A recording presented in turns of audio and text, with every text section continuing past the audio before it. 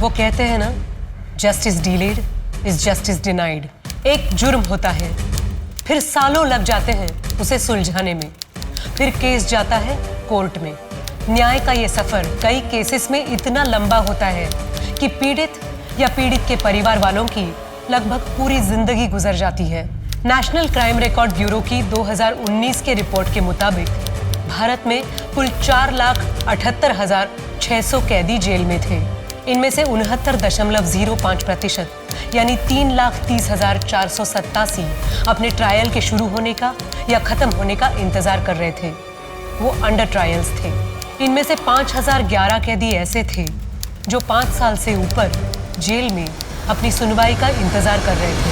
नमस्कार, मैं Sonali Kulkarni crime petrol सतर्क के इस नए अध्याय में आपका स्वागत करती हूँ।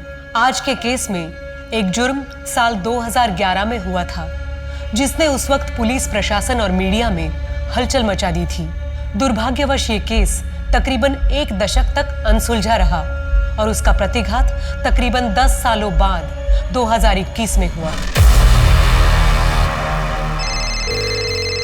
6-7 मिनटी पे 10,000, 70 मिनटी पे 10,000, 2-4 पंजा पे 50,000, 51 75,000 खाजा।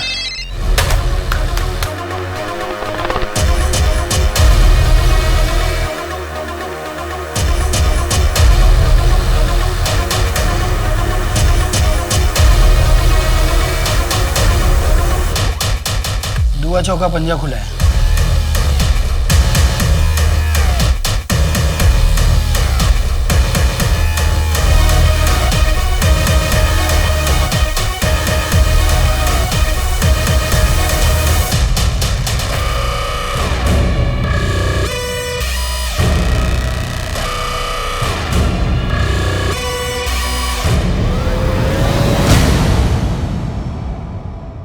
अवैध व्यापार और जुआ समाज की वो कुरीतियां हैं जिन्होंने अब तक ना जाने कितनी ही जानें ले ली होंगी।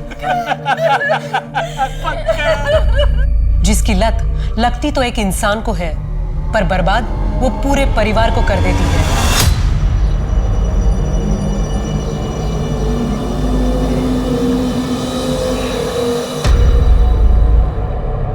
और धंधा पानी कैसे चल रहा है तेरा? बढ़िया चल रहा है। अरे धीरज अंकल, नमस्ते। नमस्ते बेटा, कैसी हो? अच्छे। अच्छा पापा, मुझे कॉलेज के बाद एक प्रोजेक्ट के काम से अनीशा के घर जाना है, तो थोड़ा लेट हो जाएगा। ज्यादा लेट मत करना। ठीक है पापा। और हाँ सुनो, ये रितेश को बोलना 1:30 बजे छवि को स्कूल से लाकर घर छोड़ना है। ठीक है मम्मी।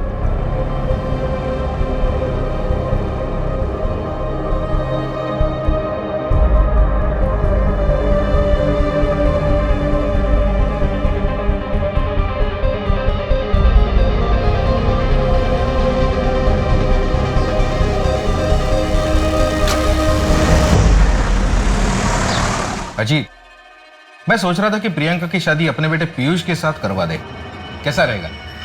तुम्हारा बेटा महीने भर में जितना कमाता है उतना मेरी बेटी अपने दोस्तों पर एक दिन में खर्च करती है।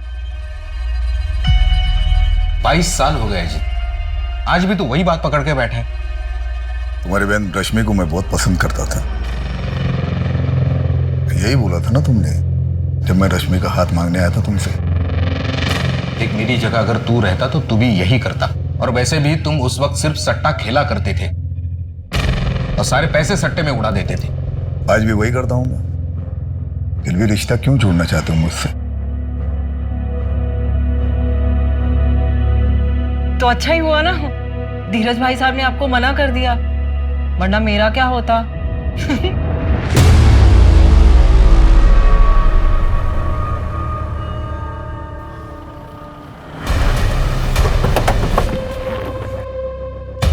ओ साहब, एक मिनट साहब, कौन है आप लोग?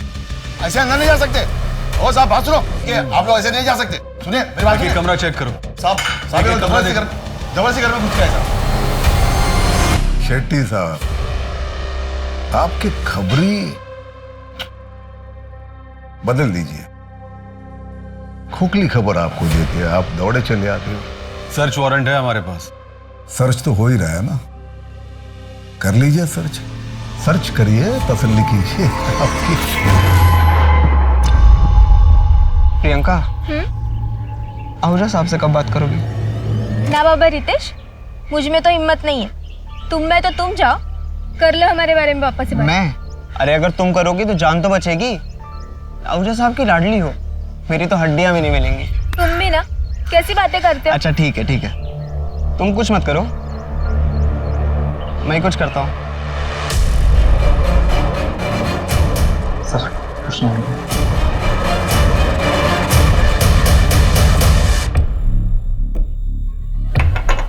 शेट्टी साहब, देखिए हम लोग शरीफ लोग हैं, आपको यहाँ कुछ नहीं मिलेगा। मैं डीसीपी साहब से बात करता हूँ तो बार बार आपको यहाँ आने की तकलीफ नहीं उठानी पड़ेगी। हाँ आहूजा साहब, आप टेंशन मत लीजिए, मैं शेट्टी से बात करता हूँ, ठीक है। शेट्टी, तुम्हें तो बड़ा यकीन था, टिप पक्की थी, फिर क्या हुआ? हाँ सर, टिप तो बिल्कुल पक्की थी, लेकिन देखो शेट्टी, हमें सिर्फ एक मौका मिलेगा आहूजा के काले धंधे बंद करने का। अगर तुम्हारी यही हरकतें रही ना तो मामला बिगड़ जाएगा। और हाँ, आगे से ध्यान रखो, उसके घर से कुछ नहीं मिलने वाला, उसके अड्डों का पता लगाओ। Right sir. जमीन भी बेच दी पंकज ने। इस सट्टे की लत ने हमारा पूरा घर बर्बाद कर दिया। श्रुति की शादी के लिए बस एक इसी जमीन का भरोसा था। क्या करेंगे? आप चिंता मत कीजिए, मेरे कुछ गहने पड़े हैं, उन्हें बेच देते हैं। देखो पायल, तुम 13 साल की थी जब यहाँ लाई गई थी। उस वक्त तुम कुछ नहीं कर सकती थी, पर अब तुम कुछ कर सकती हो और मैं तुम्हारी मदद करूंगा। यहां से निकल के तुम जान जाओगे कि बाहर कितनी खुश रह सकती हो तुम। साहब, आप हर महीने यहाँ आते हो, यहाँ के औरतों को और बच्चों को मदद करते हैं, उतना काफ़ी है। यहाँ से निकल के मैं कहाँ जाऊँगी, क्या काम करूँगी? जिस्म बेचने के अलावा कुछ आता भी तो नहीं। राशन और कपड़े तुम्हें शक्ति दे देगा, लेकिन पायल फिर एक बार सोच लो, मैं तुम्हें काम दिलवा सकता हूँ। यहां से निकलोगी तो जान जाओगी बाहर कितनी बड़ी दुनिया है, कितनी अच्छी दुनिया है।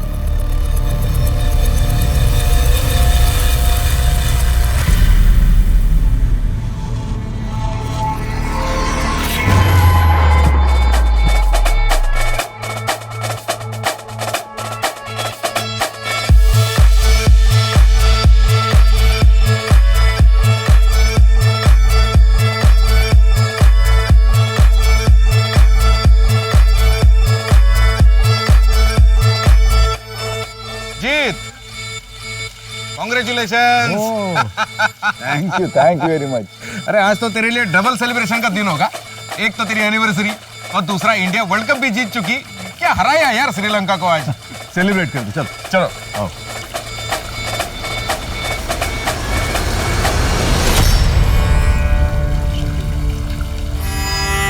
और बाकी सब बढ़िया? भैया। हाँ अरे वो आज मेरी खुशी में शामिल होने कैसे आ गए तुम? भैया मुझे आपकी खुशी से कोई प्रॉब्लम नहीं है। गुड, जाते हो भाभी से मिलके जाना। और सुनो, खाना खा के जाना। विदेश, तुम बहुत मेहनती हो। और सुनो, मुझे कोई फर्क नहीं पड़ता है कि तुम हमारे घर के ड्राइवर हो। किसी भी काम से कोई छोटा या बड़ा कभी नहीं होता। अपने अरमानों को बड़ा रखो, अपने आप बड़े आदमी बन जाओ। All the best.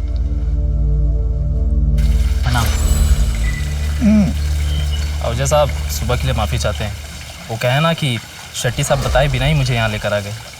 तुम्हारी बीवी प्रेग्नेंट है ना, और तुम्हारा ट्रांसफर रुकवाना है। Yes sir. बोल दिया मैंने, हो जाएगा। बहुत बहुत शुक्रिया, चलता हूँ। अरे ड्रिंक तो। पापा, मैं सोच रहा था कि MBA करने का क्या मतलब है? वैसे भी अपने बिजनेस में पढ़ाई की कोई ज़रूरत तो है नहीं। बेटा पढ़ाई जो है ना कभी वेस्ट नहीं जाती। मुझे पढ़ने का मौका नहीं मिला, तुम्हें मिल रहा है तो पढ़ो। तुम सिर्फ एक ही साल की तो बात है, उसके बाद ये पूरा एम्पायर जो है तुम्ही को संभालना है। ठीक है पापा, मैं चलता हूँ, सुबह क्लास है, देर हो जाएगी। जाओ। एंजॉय।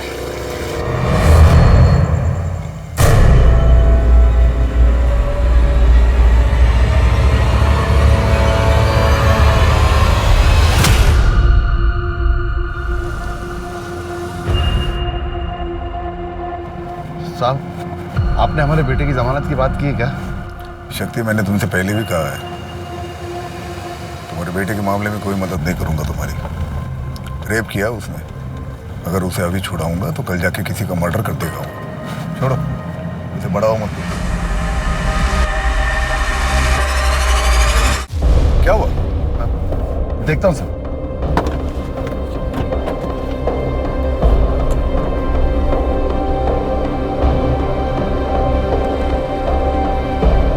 साहब, गाड़ी गर्म हो गई है, पानी लेकर आता हूं।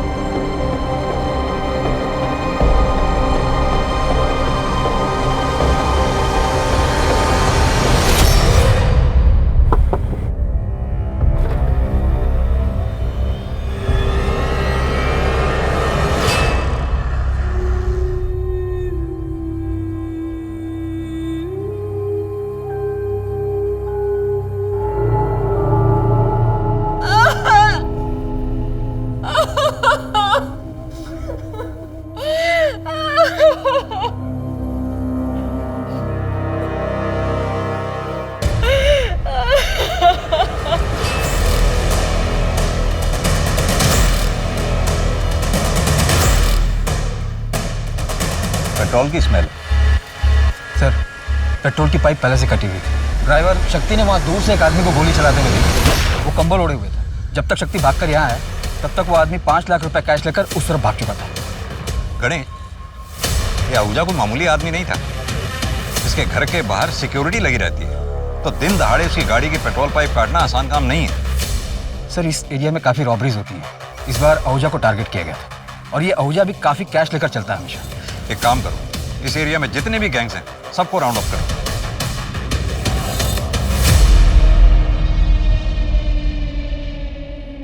सर, मैं क्लास में था, तभी मुझे शक्ति चाचा का कॉल आया। उन्होंने बताया पापा के बारे में। आखिरी बार कौन मिला था अजीत आहूजा से? सिद्धार्थ बाबा। रात को मैं आहूजा साहब के पास गया तो सिद्धार्थ बाबा जा रहे थे। वो हॉस्टल में रहते हैं ना।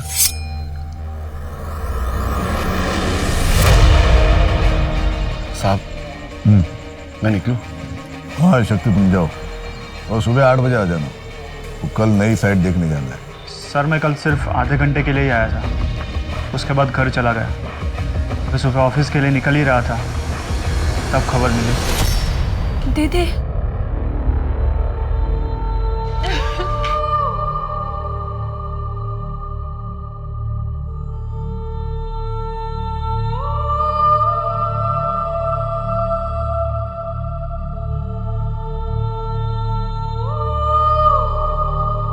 अजीत आहूजा इंदौर में सट्टे की दुनिया का जाना माना नाम था।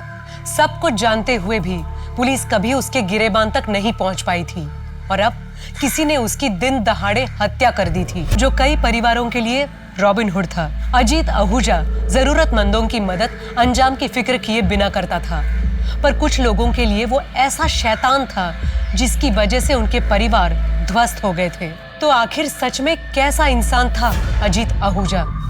हरे राम, ये कुछ रुपए हैं, रख लो। अजीत साहब को तुम्हारे बेटे के बारे में सुन के बुरा लगा। उन्होंने कहा है कि उनसे जो भी हो सकेगा मदद करेंगे। कितने? जितने हैं ठीक हैं। फिलहाल 50,000 रुपए।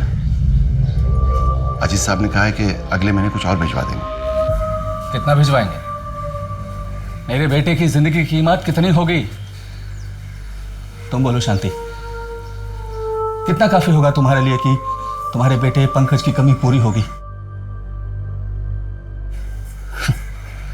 जाइए, अजीत साहब को कहिए अपना धंधा संभाले। मैं अभी जिंदा हूं, मैं अपना परिवार संभाल लूंगा। चाहिए। नमस्ते। पैसे मेरे हैं, किस पे खर्च करने, कितने खर्च करने, उसका डिसीजन मैं लूंगा। और तुमको इसके पहले भी मैंने पैसे दिए थे ना, फालतू के बिजनेस में लगाए और डूब गए सारे पैसे। भैया वो पैसे मेरे भी हैं। मैं कोई अय्याशी नहीं करता, बस इस नरक से निकलना चाहता हूँ। खुद का लीगल बिजनेस शुरू करना चाहता हूँ ताकि अपने फैमिली को अपनी ईमानदारी से कमाए हुए पैसों से पाल सकूं। ईमानदारी से कमाए हुए पैसे जिन्हें तुम उस बिजनेस से कमाओगे जिसमें अपने भैया के इलीगल बिजनेस का पैसा लगाओगे। आप बीच में मत बोलिए भाभी। वैसे ही आप मुझे इस घर से निकालने में कामयाब तो हो चुकी हो, अभी क्या भैया की जिंदगी से निकालना चाहती हो?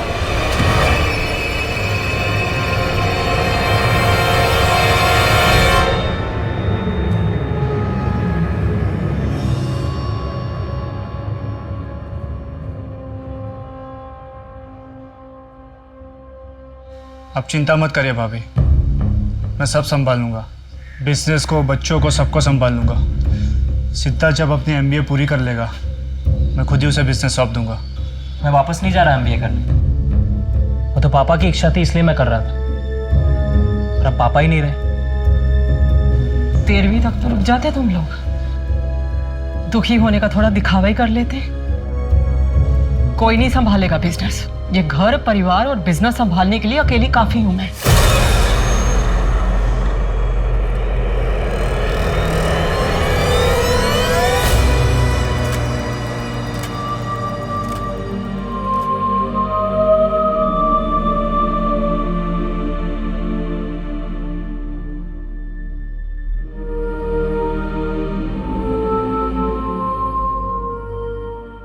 एक तो जन लोकपाल बिल के लिए लोग शहर से बाहर निकल रहे हैं, ऊपर से इस अजीत आहूजा के मर्डर से सारे शहर में खलबली मची है।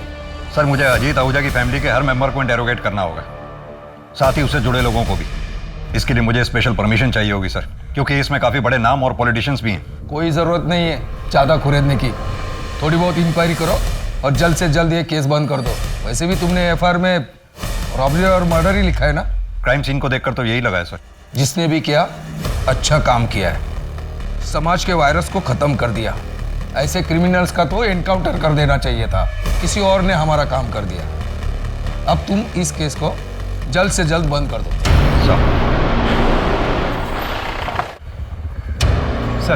सर मैंने पता किया, आसपास के रॉबरी गैंग में ऐसी कोई इंटरनल बातें नहीं हुई और ना ही तो खबरियों के पास कोई लीड। अजीत आहूजा पे अटैक हुआ है, कोई भी रॉबर इस बारे में बात करने से कतराएगा। अपने खबरी नेटवर्क को एक्टिव रखो, कभी तो पता चलेगा किसने अटैक करवाया। पेट्रोल का पाइप कटा हुआ था, यही बात मुझे खटक रही है। अब या तो कोई घर का स्टाफ हो सकता है या फिर कोई जानने वाला जो मर्डर के एक रात पहले उस पार्टी में वहां मौजूद था। सर ये पार्टी के कुछ फोटोग्राफ्स हैं, ये देखिए। सर अगर अजीत आहूजा के लाइफ से सस्पेक्ट छाटने बैठे तो दर्जनों होंगे। बहुत बड़ा एम्पायर था और जितना बड़ा एम्पायर उतनी ज्यादा दुश्मन। तो घर से शुरू करते हैं। वाइफ सुमन, भाई वरुण, बेटा सिद्धार्थ, बेटी प्रियंका और ये दो स्टाफ शक्ति और रितेश। सर ये एक बेटी भी है, छवि, एडॉप्टेड है, मैंने पता किया। ब्रॉथल से रेस्क्यू करके लाया गया था इसे।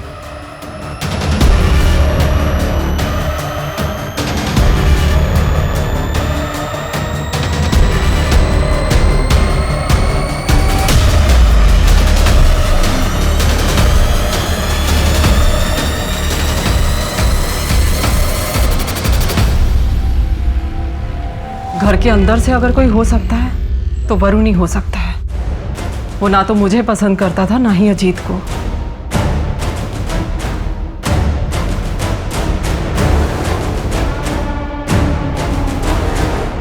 सारी दुनिया जानती है आपके हस्बैंड अजीत आहूजा इंदौर के सट्टे के बिजनेस के बादशाह थे। हम यहाँ सट्टे के बिजनेस की नहीं, आपके हस्बैंड के मर्डर की इंक्वायरी करने के लिए आए हैं। मुझे कोई एफआईआर नहीं करवानी। मेरे पति के जाने के बाद पूरा परिवार बिखर चुका है मेरा। मुझे अपने घर को संभालना है। ये इन्वेस्टिगेशन के चक्करों में नहीं पड़ना मुझे। अब चाहे तो केस को क्लोज कर सकते हैं।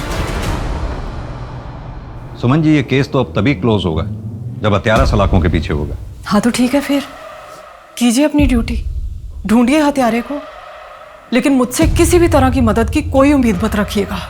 एक बात पूछूं आपसे, आप अपने हस्बैंड की मौत पे उतना दुखी नहीं लग रही जितना होना चाहिए। शोक मनाने का वक्त नहीं है मेरे पास। क्या उम्मीद करते हैं आप मुझसे? रो, महीनों तक सदमे में पड़ी रहूं? देखिए, मेरे पति का मेरे और मेरे बच्चों के सर से साया उठने के बाद मुझे उनकी सुरक्षा भी देखनी है। हमारा कोई नहीं है अब। इस घर की पूरी जिम्मेदारी मेरे ऊपर है। सदमे में जाकर जो मेरे पास बचा है ना, मुझे वो भी गंवाना नहीं है। गलत उम्मीद कर रहे हैं आप मुझसे।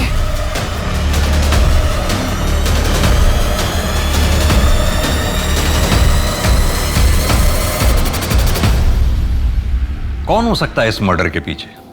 शतरंज का कोई ऐसा खिलाड़ी, शायद डीसीपी सर भी उसके प्यादे हैं। सॉरी सर, मन में खटका इसलिए बोल दिया। खटक तो मुझे भी रहा है। फिलहाल तो ये सोचते हैं कि अजीत आहूजा के मर्डर का सबसे ज्यादा फायदा किसे हुआ है? लगभग सभी को सर। सोर्सेज की माने तो सट्टे का बिजनेस अब सुमन चलाती है। बेटे सिद्धार्थ ने एमबीए छोड़ दिया क्योंकि वो उसे करना ही नहीं था। वरुण को फायदा हो सकता था, लेकिन सुमन ने उसके सपनों पर भी पानी फेर दिया। और वो धीरज? सर वो तो बचपन का दोस्त है, कॉर्पोरेटर है। अजीत पहले उसके लिए काम किया करता था और पिछले 10 सालों में अजीत ने धीरज को पैसों से काफी मदद की है। यानी कि जिस धीरज की वजह से पिछले 10 साल से अजीत आहूजा का घर चल रहा था, आजकल वो अजीत आहूजा का कर्जदार है। जी सर।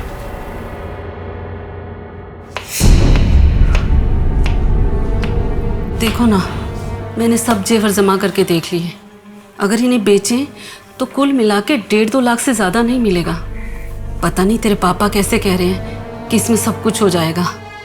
उस दिन आहूजा साहब ने जो पैसे भेजे थे वो ले लेते तो अच्छा ही होता।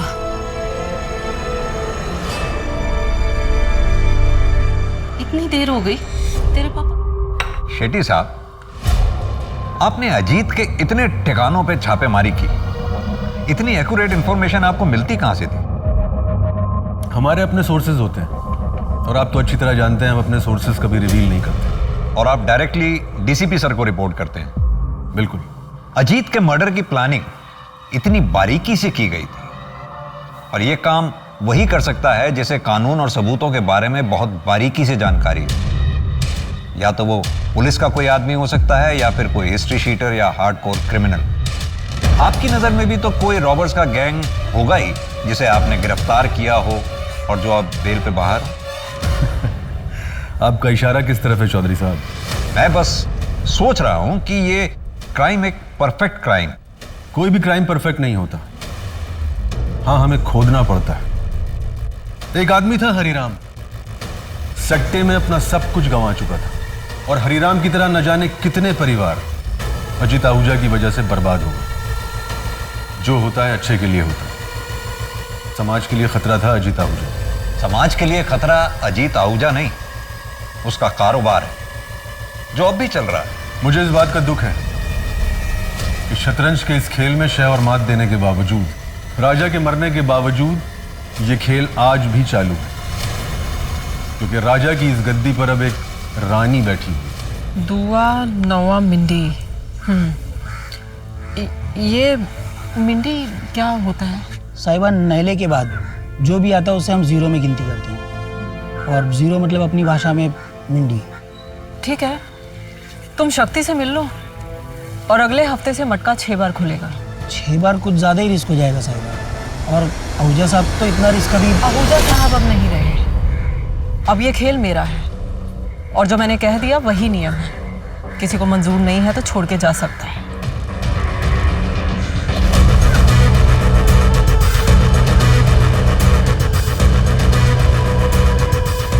एक दिन ही हम सबको ले डूबेगी।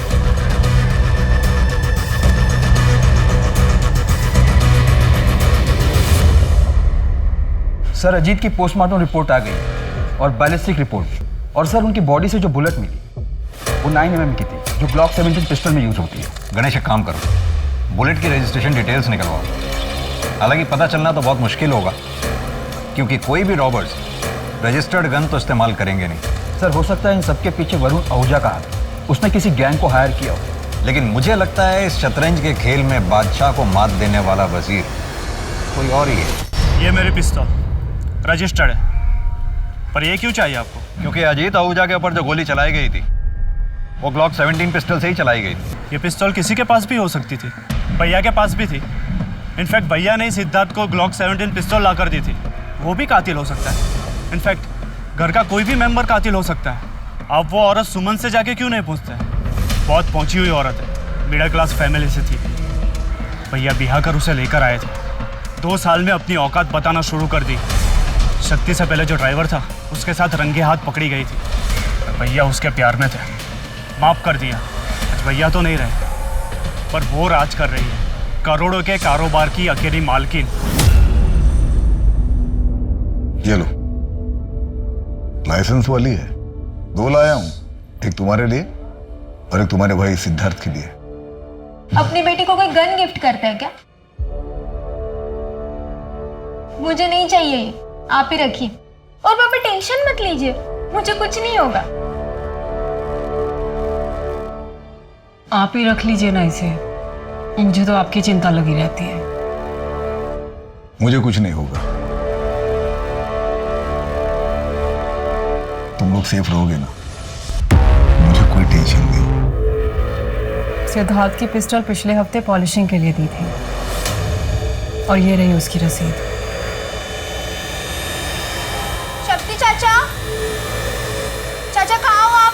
आ रहा हूँ बेटा, बाथरूम में हूँ। हाँ चाचा जल्दी आओ, ये मम्मी ने कुछ पैसे और कपड़े भेजे।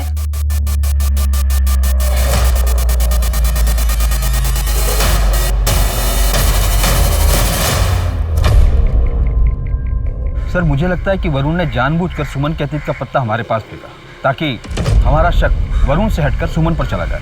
लेकिन वरुण कह तो सही रहा है। अजीत आहूजा के जाने के बाद उसका सारा बिजनेस सुमन ने ही संभाल रखा, जिससे सबसे ज्यादा फायदा भी हुआ। अब जानना यह है कि सुमन का जिसके साथ अफेयर था वो ड्राइवर कौन था और वो अब कहाँ है। सर मैं पता लगाता हूँ। इस सट्टे के बिजनेस में कोई नया खिलाड़ी? ऐसा तो कोई सामने नहीं आया। एक एम्प्लॉय है ब्रिजेश, मैंने उससे भी बात की पर उसकी तरफ से भी कोई खास जवाब नहीं आया। सर बिजनेस में राइवलरी तो होते रहते, जो कि आम बात है। कोई नया बुकी जो ज़्यादा एम्बिशियस हो? यह सारा सट्टा तो आप अपने में ले लेते हो, हमें भी कुछ करने दो ना, हमें भी कमाने दो। अजीत भाई का ऑर्डर है, 1000 से ज़्यादा की बुकिंग कोई बुकिंग नहीं लेगा। इतना ज़्यादा मत उड़ो, जितने का बिजनेस दे रहा हूँ ना उसमें खुश रहो। सर प्रियंका का फोन। स्पीकर ऑन करो। हाँ प्रियंका बोलो। सैलरी तेरी 10,000 रुपए, तेरे घर में इतने पैसे आए कहाँ से? अजीत साहब को मारने के बाद कार से जो पैसे उठाए थे वो पैसे थे हमारे घर में। बिना हाथ लगाए ही कन्फेस कर लिया। अब ये भी बता दे कि अजीत आहूजा को मारा क्यों? तू तो बहुत वफादार था ना उसका। क्या सिला मिला 15 साल की वफादारी की? पैसों की जरूरत थी हमको, बेटे की जमानत करवानी थी। अजीत साहब हर अनजान आदमी की मदद किया करते थे, पर जब हमको जरूरत पड़ी तो साफ मना कर दी। उनको मारने से पहले भी हम बहुत हाथ जोड़े उनके पास जाके, किस हमारी मदद कर।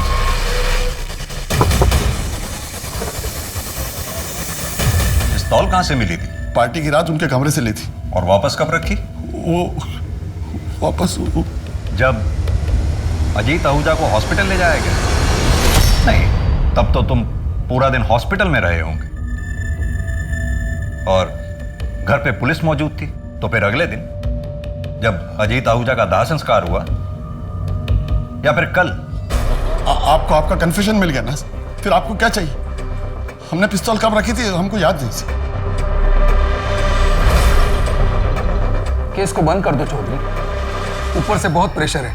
लेकिन सर शक्ति सिंह ने अभी तक जवाब नहीं दिया है उसने पिस्टल कब वापस रखी थी। लेकिन उसके पास इस बात का तो जवाब है ना कि वो पिस्टल कब और कहां से ली थी। उसके पास एक्सेस था, मोटिव भी था और स्पॉट पे वो मौजूद भी था। तो ओपन एंड शट केस है चौधरी। तुम चार्जशीट तैयार करो, मैं मीडिया को इन्फॉर्म करता हूँ। लेकिन सर मुझे पूरा यकीन है शतरंज के खेल में शक्ति सिंह सिर्फ एक प्यादा है, असली खिलाड़ी कोई और ही है। तुम्हारे पास प्रूफ है? अभी तो नहीं है सर, लेकिन then close the case Chaudhary. Ajit का किलर है हमारे पास, और क्या चाहिए तुम्हें? क्यों किया चाचा आपने ऐसे? मजबूर था, कभी कभी कुछ चीजें अपने बच्चों के लिए करनी पड़ती। क्या इन्वेस्टिगेशन ऑफिसर का शक सही था? क्या ये केस सुलझने के बाद भी अनसुलझा था? वक्त का पहिया अपनी गति से आगे बढ़ा। अजीत आहूजा के कातिल शक्ति सिंह को 10 साल के कारावास की सजा सुनाई गई। सब आगे बढ़ चुके थे, पर सिर्फ एक इंसान ऐसा था जो ये केस कभी नहीं भूला था। और अब 10 सालों के बाद कुछ ऐसा होने वाला था जिसकी वजह से अजीत आहूजा हत्याकांड फिर से सुर्खियों में आने वाला था।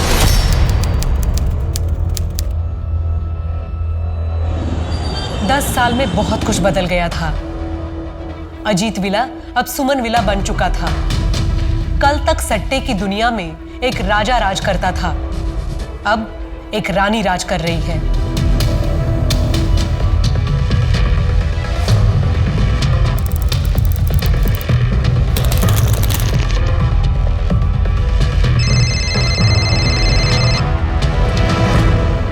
पाँच सात नौ खुला है।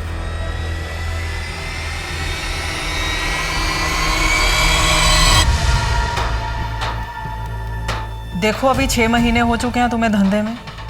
एक काम करो, तुम्हारे अंडर जितने भी छोटे मोटे बुकी हैं सबका लिमिट 100 का कर दो, और उसके ऊपर का जितना भी लिमिट है तुम खा जाओ। तो अगर किसी ने 100 से ज्यादा का गेम लगाया तो उसका पूरा पैसा मेरे पास आएगा। रिस्क भी बड़ा होगा लेकिन। तो अगर पाने में 1 लाख लगाया और नंबर निकल गया तो 1 लाख का 8 करोड़ देना पड़ेगा तुम्हें, और वो लोकल बुकी के सर पे नहीं रहेगा। अरे प्रियंका, तुम्हें ऑफिस छोड़ना था ना? हाँ मम्मी जी, मैं ऑफिस के लिए निकल रहा हूँ। ओके चलो मम्मी निकलती हूँ।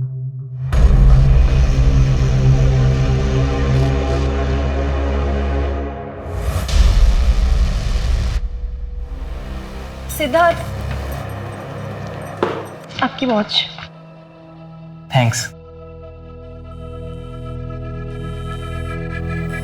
मम्मी, आप ऑफिस नहीं चल रही? हिसाब किताब पूरा गड़बड़ है तुम्हारा, इसे चेक करके शाम को आएंगे। अच्छा मम्मी, मैं सोच रहा था भोपाल में हैंडल करना शुरू कर दूं। कोई ज़रूरत नहीं है, रितेश अच्छे से संभाल रहा है ना वहाँ पर काम। तुम पहले ये इंदौर का एक इलाका तो संभाल लो ठीक तरह से, बाद में पैर पसारना। क्या हिसाब किया है तुमने?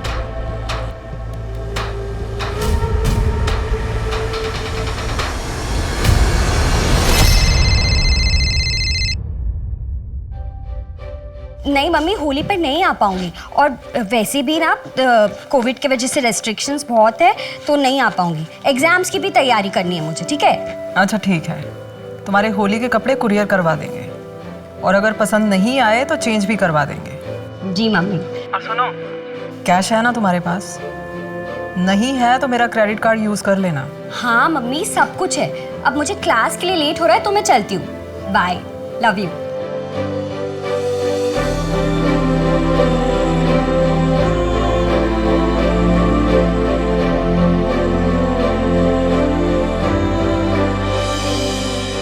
सुमन, मुझे समझ में नहीं आता लोग तो बेच बाज के सट्टा क्यों खेलते हैं? लत है अजीत साहब, लत बड़ी बुरी चीज होती है, और प्लेटफॉर्म तो आपने ही दिया है ना उन्हें, खेलेंगे क्यों नहीं? और वैसे भी इसी लत के दम पर तो आप अपना साम्राज्य चला रहे हैं। अरे भाई, मेरा बिजनेस है, मैं थोड़ी ना किसी को धमका के सर पर गन लग के जबरदस्ती कर रहा हूँ। भाई आओ सट्टा खेलो। बहुत पैसे कमा लिए ना, अब एक काम करते, सब कुछ छोड़ छाड़ के या फिर किसी और के हवाले करके किसी और जगह चलते हैं। देहरादून। देहरादून? पहले से सोच के रखा है क्या? आप वहां पर आराम करना और मैं पॉलिटिक्स ज्वाइन करूँ।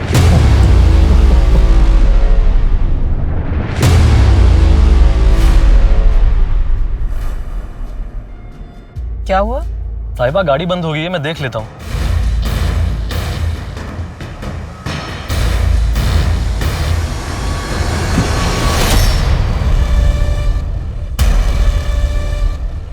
गाड़ी को भी यहीं खराब होना था।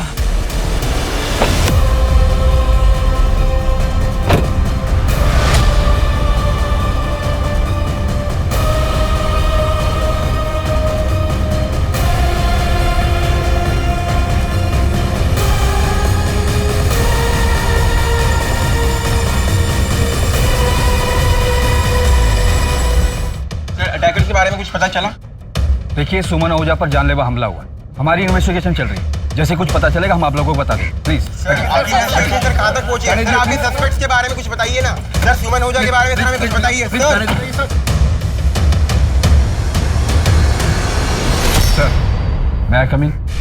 आओ गणेश, तुम्हें जो एक्शन लेना है, जो करना है वो करो। इस केस को जल्द से जल्द सॉल्व करो। मुझे पूरा यकीन है इस हमले के तार जरूर पिछली बार हमसे कुछ ना कुछ छूट गया होगा। सर, शक्ति सिंह जेल में अपनी सजा काट रहा है, उससे बात करने के लिए मैंने एप्लीकेशन डाली है। सुमन के साथ जो ड्राइवर था उसने कुछ बताया? सर ड्राइवर कमल का कहना है कि कार बंद पड़ गई थी, उसे ठीक करने के लिए उसने बोनट खोली, उसे गोली की आवाज़ सुनाई थी। उसने एक आदमी को बाइक से भागते हुए देखा पर नंबर प्लेट नहीं देख पाया। मुझे हमेशा से ये लगता था कि अजीत के मर्डर के पीछे उसकी बीवी सुमन का हाथ था, पर शायद मैं गलत था और तुम सही। इस सब के पीछे वरुण ही होगा। वही एक ऐसा है जो इस शतरंज के खेल का किंग बनना चाहता था और बाजी क्वीन मार ले गई, और अब 10 साल बाद वरुण ने फिर वही खेल खेला। लेकिन सर अब मुझे नहीं लगता, अगर वरुण को गद्दी चाहिए थी तो उसने 10 साल इंतजार क्यों किया? तुम पहले शक्ति सिंह से बात करो, क्या पता 10 साल बाद अब वो सच्चाई बता दे। नीरज, लड्डू तो बहुत अच्छा है। शक्ति भाई, आपको कुछ पता चला क्या? आपके आहूजा साहब की बीवी के ऊपर हमला हुआ है। सूत्रों की माने तो सुमन आहूजा की हालत बहुत नाजुक है। हालांकि पुलिस और डॉक्टर अभी मीडिया से कोई भी बात नहीं कर रहे हैं।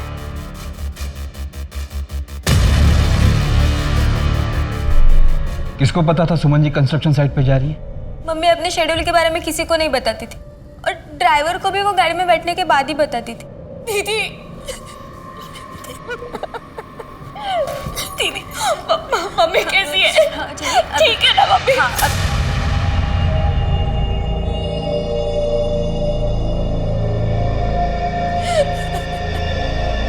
ये मेरी छोटी बहन है छवि।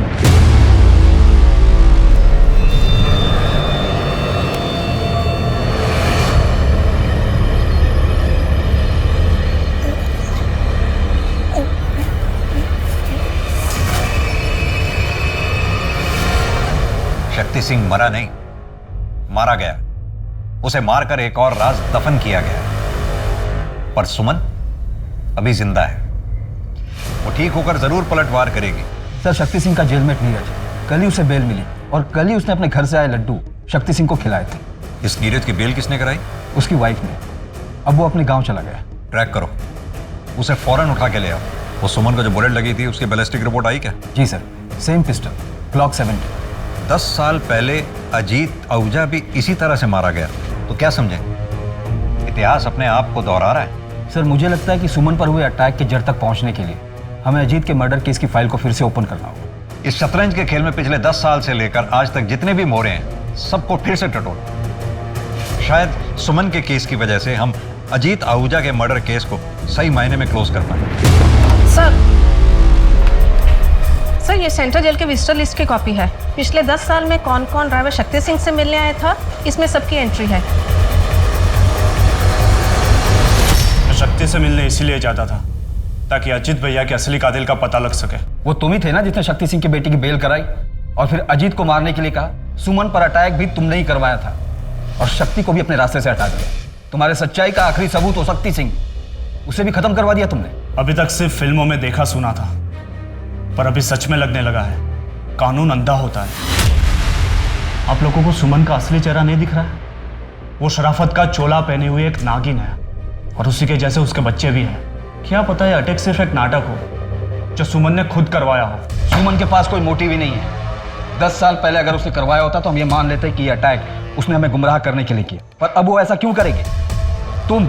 तुम गुमराह कर रहे हो हमें, जैसे पिछली बार सुमन के अफेयर के बारे में बताकर किया था। सर इनका लॉयर आया है। गुमराह तो आप लोग खुद हो पिछले 10 सालों से।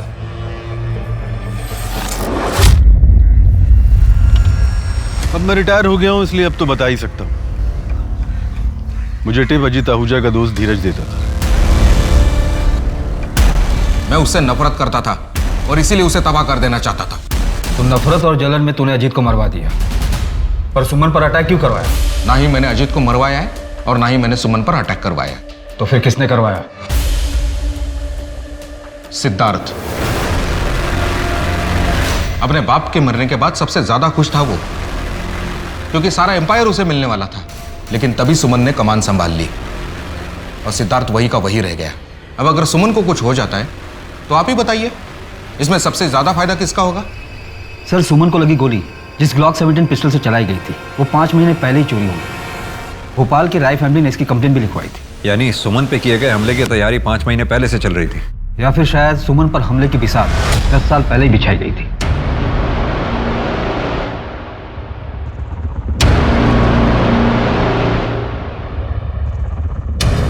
एक मर्डर केस में हमारे पास ये सारे सस्पेक्ट्स थे। इन सस्पेक्ट्स में थे सुमन हमारी मेन सस्पेक्ट थी, लेकिन वो अब विक्टिम हो गई। बाकी बचे ये लोग। सर 2 सस्पेक्ट्स और भी हैं। पहली छवि, सुमन और अजीत की अडॉप्टेड बेटी, और दूसरा रितेश, जो कि प्रियंका आहूजा का हस्बैंड है, जो 10 साल पहले उसका ड्राइवर था। सर फिलहाल इस फैमिली में यही 2 लोग हैं जो ब्लड रिलेटिव नहीं है। इस छवि को तो रेस्क्यूड कराया गया था ना ब्रॉदल से। अजीत और सुमन ने उसको अच्छी जिंदगी दी, सब कुछ दिया, फिर वो सुमन पर अटैक क्यों करवाई? समय तो ये छवि 10 से 12 साल की रही होगी। नहीं गणेश, ये पॉसिबल नहीं है। पता नहीं सर, पर मुझे छवि और रितेश दोनों खटक रहे हैं। तो फिर फील्डिंग लगाओ, देखें क्या हाथ लगता है।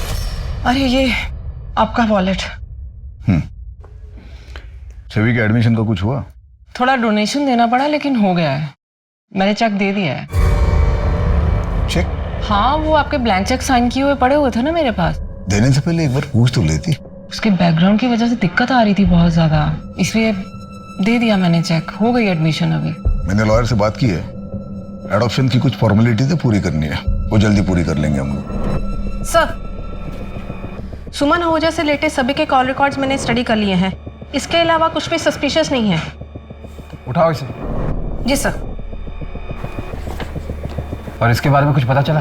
हाँ सर, जेलर शर्मा से बात की मैंने। नीरज के विजिटर लिस्ट में भी इसका नाम है। इसका पूरा बैकग्राउंड चाहिए मुझे। सर आप ऐसे बदतमीजी क्यों कर रहे हो मेरे साथ? आहूजा फैमिली का दामाद हूं मैं।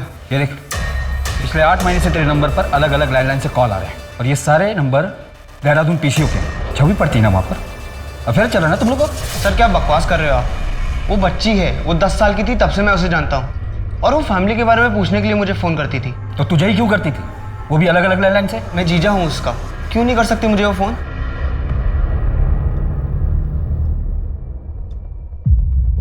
क्या ये छवि आहूजा आपकी बेटी है? हाँ साहब, क्या हुआ?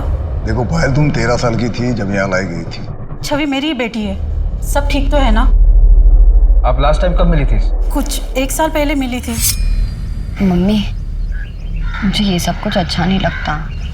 क्या अच्छा नहीं लगता? ये महंगे कपड़े, अच्छी लाइफ, बड़ी गाड़ी, अच्छा कॉलेज, क्या अच्छा नहीं लगता तुझे? बोल बेटा। वो घर मानुस तो है, पर मेरी छवि की जिंदगी तो बन गई वहाँ पे। आहूजा फैमिली में छवि को कोई परेशानी थी? नहीं, ऐसा कुछ तो नहीं बताया उसने मुझे। जब सुमन छवि को यहाँ से लेकर गई, तो क्या उस घर में छवि के साथ कुछ गलत हुआ था? शक्ति सिंह के जेल में नीरज के विजिटर लिस्ट में तुम्हारा नाम है। क्यों जाती थी उससे मिलने? अपनी मर्जी से घर की एक चीज नहीं खरीद सकते। सब कुछ दिया है तुम्हारे बाप ने, लेकिन आजादी नहीं, खुशी नहीं। अरे खुद तो सब पर पैसे लुटाते रहते, और हम अपनी मर्जी से एक पैसा भी खर्च नहीं कर सकते। और तुम भी करते रहना इंतजार। तुम्हारे हाथ में कारोबार नहीं देने वाले ये। पर मम्मी, हम कर भी क्या सकते हैं? आप तो जानती है ना, पापा किसी की सुनते भी तो नहीं है। एक तरीका है, अगर तुम मेरा साथ दो ना, ये पूरा कारोबार तुम्हारा हो सकता है। तुम ये कर पाओगे शक्ति? मेरे बेटे को बचाने के लिए मेरे पास कोई चारा भी नहीं। हाँ, मैं शक्ति अंकल से मिलने जाती थी। मैंने जेलर से सेटिंग कर रखी थी। घर में शक्ति चाचा से मिलना अलाउड नहीं था, इसलिए मैंने नीरज के नाम पर एंट्री की थी।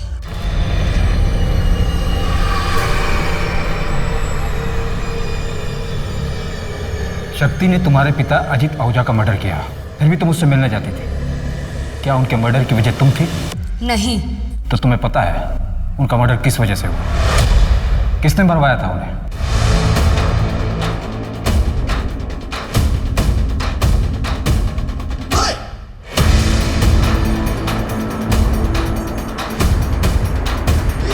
मम्मी 10 साल हो, आपने कहा था मैं संभालूंगा बिजनेस।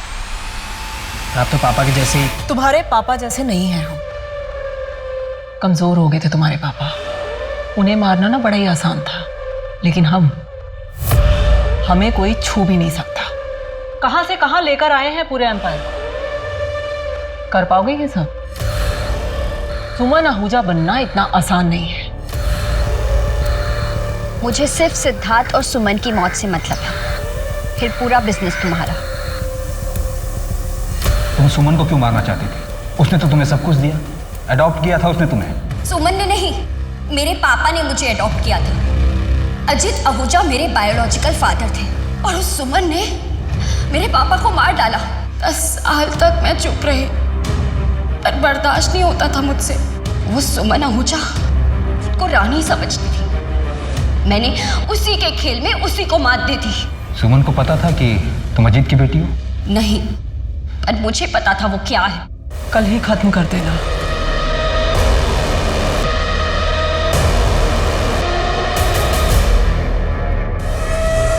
पुलिस ने सुमन आहूजा अटैक केस के साथ साथ अजीत आहूजा मर्डर केस को भी सुलझा लिया है।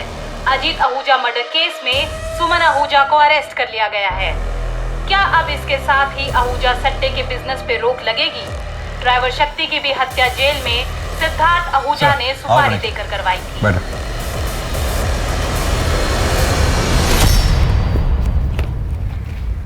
Congratulations, good work. Thank you sir. अब इस सट्टे के खेल से हमेशा के लिए छुटकारा मिल गया। राजा रानी दोनों को शय और मात। हाँ सर, इस बार कोई वजीर ना राजा की गद्दी पर बैठ जाए। 2011 में इंदौर के इस केस में सुमन आहूजा ने अपने ही पति की हत्या करवाई ताकि वो सट्टे की दुनिया पे राज कर सके। लेकिन अंत में क्या हुआ?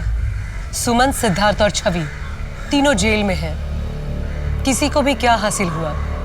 सभी ने कुछ न कुछ खोया। जुर्म का रास्ता कितना भी आकर्षित क्यों न हो, पर अक्सर वो हमसे हमारी सबसे प्यारी चीज छीन लेता है। सट्टे की लत में कुछ लोग तो कर्ज में इतना डूब चुके होंगे कि उनकी पीढ़ियां तक भुगतान करेंगी।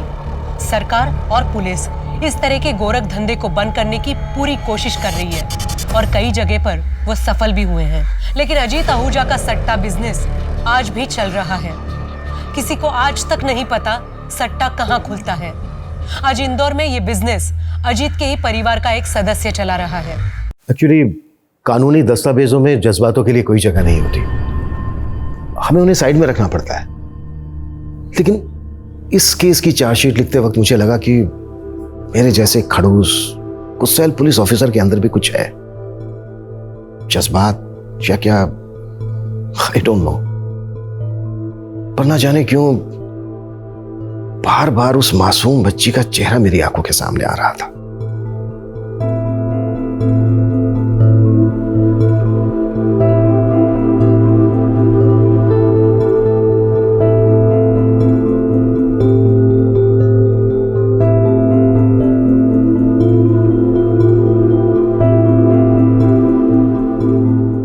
उस अल्लड़ सी नटखट बच्ची की आंखों में एक तूफान था और जिंदगी एक वैशिला जहर। यह केस सिर्फ एक केस नहीं था, युद्ध था जहां चारों ओर रक्तपात ही रक्तपात था। नमस्कार, मैं सोनाली कुलकर्णी क्राइम पेट्रोल 70 के इस नए अध्याय में आपका स्वागत करती हूँ। सरहद, बारूद, भेदभाव और नफरत के दर्द झेल रही इस दुनिया में हम नन्ही जानों को शायद यही सोचकर लाते हैं कि आने वाला कल एक बेहतर कल होगा, जिसमें शायद एक सुंदर जीवन का सृजन होगा। लेकिन ये केस टूटती हुई उम्मीदों की एक दर्द भरी दास्तां है, जहां पर हर कदम पे इंसाफ चर मर रहा था। एक छोटी सी जिंदगी, एक छोटी सी बच्ची एक लड़ाई लड़ रही थी। ये लड़ाई गुनाहों की भी थी, इंसाफ की भी। इसमें रहम की मिन्नतें भी थी और दर्द की पुकार भी। किसी से उसका सब कुछ छीन लिया गया था और मानो मासूमियत कह रही थी, मुझे मेरी पहले जैसी पहचान दे दो। ओ आमा शहजादी साहिबा, देख कितना सारा आम। दशहरा, चोषा, सिंदूरी, लैंगड़ा, कौन सा आम खाएगा तू बोल? হ্যাঁ মা বলছি। হ্যাঁ কিন্তু আমি বলছিলাম कि এত सुंदर। क्या बोला था? हिंदी में बात करना सीखना पड़ेगा ना, बाहर पढ़ाई करने जाएगा फिर हिंदी में बोलो। हाँ, मैं बोल रहा था कि ये इतना सुंदर आमेर दुनिया लोगेरा नहीं दुनिया के लोगों ने लैंगड़ा आम रेखेছে কেন? इसका नाम আছে दुरोसाम, माने हेल्दी आम।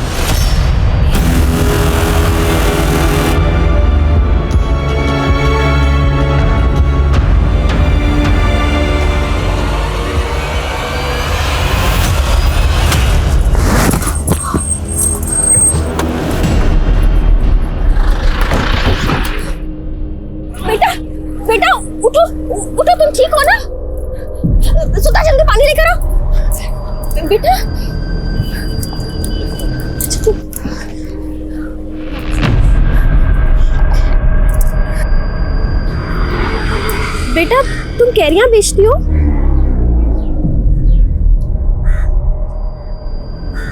क्या हुआ बेटा, तुम कुछ बोल नहीं सकती हो? एक काम करते हैं, हम तुम्हारी ये सारी कैरियां खरीद लेते हैं, ठीक है? सुन, पैसे तो पैसे। हाँ। एक काम करो, सारे ये लो। हाँ? ये पानी। हाँ? उठाओ से उठाओ।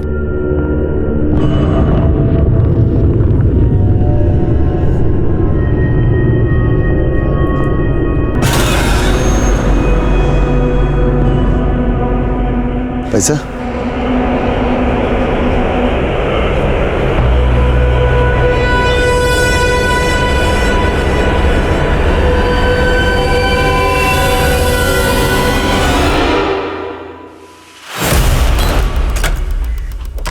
चल। अरे सर क्या हुआ?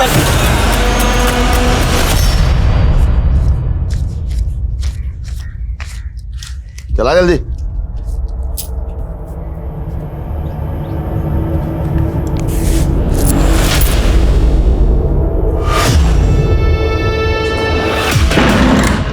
क्या हुआ बंगाल की रानी? चेहरा क्यों उतरा हुआ है? इतना अच्छा धंधा हुआ है, इतनी कमाई हुई है, तो थोड़ा मुस्कुरा। खिड़की से कूद मत जाना।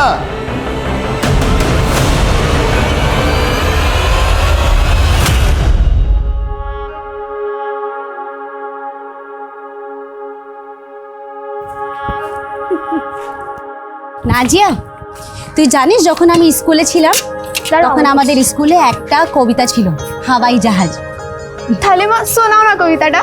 हवाई जहाज फुर फुर फुर, बैठ शहजादी पार कर जाती पेड़ मकान जंगल दुकान फुर फुर फुर, दुबई ईरान फुर না মা, আমি দুবাই ইরান যাব না, আমি তো প্যারিস যাব। এই আমি কি বলেছিলাম? हिंदी में কথা बोलना सीखो, बंगाली में कम बात करना है। हाँ, আমি প্যারিস जाएगा। ठीक तो है। हमारा शहजादी अगर पेरिस जाना चाहता है तो वहां का वीजा लगवा देंगे। সত্যি বাবা? एकेबारे सত্যি। আমি প্যারিস যাব। तुम पेरिस जाएगा और हवाई जहाज में जाएगा।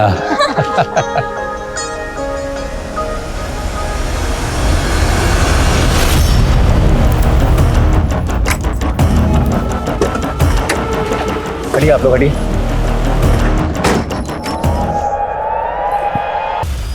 इसे गाड़ी में बिठाओ और तुरंत हॉस्पिटल लेकर जाओ। क्विक, फास्ट, जल्दी निकालो, फास्ट निकलो।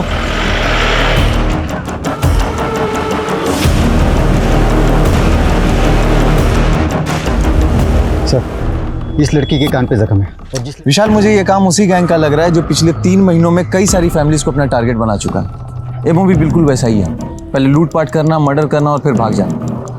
एक काम करो, जैसे ही उस लड़की को होश आता है सबसे पहले मुझे बताओ। फरीदाबाद आगरा हाईवे पे आज एक फिर बड़ी लूट हुई। ये हाईवे है, ये डेथ रोड। पिछले 3 महीनों में यहाँ 25 लोगों की जानें जा चुकी हैं। आखिरकार पुलिस क्या कर रही है? Print, electronic media, social media, हर जगह हाईवे रॉबर्स की खबर छाई हुई है। 3 महीने में हम एक गैंग को नहीं पकड़ पाए। हमारी कोशिश जारी है सर। हमें लगा कि सर्वाइव विक्टिम के स्टेटमेंट पे हमें लीड मिल सकती है, लेकिन अफसोस वो लेडी कोमा में चली गई सर। इसका मतलब तुम्हारी इन्वेस्टिगेशन उस विक्टिम के स्टेटमेंट पर डिपेंड है? नो सर, हम और भी एंगल से जांच कर रहे हैं। हर बार की तरह इस बार भी फीमेल विक्टिम। हमारे मुखबिर हर तरफ ये पता लगाने की कोशिश कर रहे हैं कि वो कौन सा सुनार है जो लूट के और चोरी के गहने खरीदता है। लेकिन 48 घंटे के अंदर अगर ये गैंग पकड़ में नहीं आया तो मैं ये केस किसी और ऑफिसर को सौंप दूंगा। You may leave now. Sir,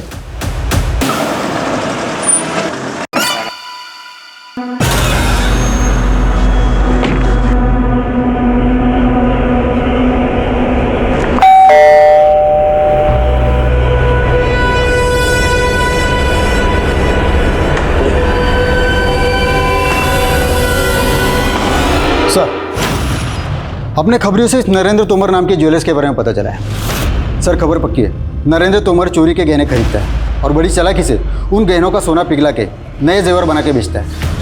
ये हाईवे रॉबरी वाले अपने चोरी के गहने इस नरेंद्र को बेचते हैं, पहले नरेंद्र को उठाते हैं। सर,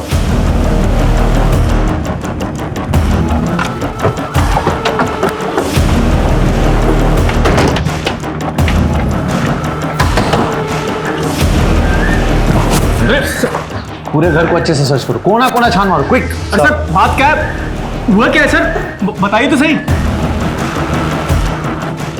सर पूरा घर छान मारा लेकिन कुछ नहीं मिला। ले चलो इसे। चल। कहाँ ले जा रहे हो सर? तिवारी। सर मैं किसी हाईवे गैंग को नहीं जानता सर, मैंने कोई चोरी की हो गैंगों की डील नहीं की। नाम बता, इस हाईवे रॉबरी केस में और कौन कौन शामिल है? नाम बता। नो अंशुल, मुझे ये समर्स की मैरिज बिल्कुल पसंद नहीं है और तुम चाहते हो कि हम समर में शादी करें। क्योंकि बेबी अगर हमने अब भी शादी नहीं की तो फिर अगला मुहूर्त सीधा 7 महीने बाद है, और देखो मेरी तरफ, मैं उतना वेट नहीं कर सकूंगा। वेट तो मैं भी नहीं कर सकती, लेकिन कुछ नहीं, हम अगले हफ्ते शादी कर रहे हैं बस, और उसके बाद हम सीधा यूरोप जा रहे हैं। सिर्फ हनीमून के लिए नहीं, हम वहां पे परमानेंटली शिफ्ट होने वाले हैं। क्या हम अब्रॉड शिफ्ट हो रहे हैं? लेकिन तुमने मुझे पहले क्यों नहीं बताया? क्योंकि मैंने थोड़े दिन पहले ये प्लान बनाया कि मुझे इंडिया से जल्द निकलना है, तुमसे शादी करते ही बस।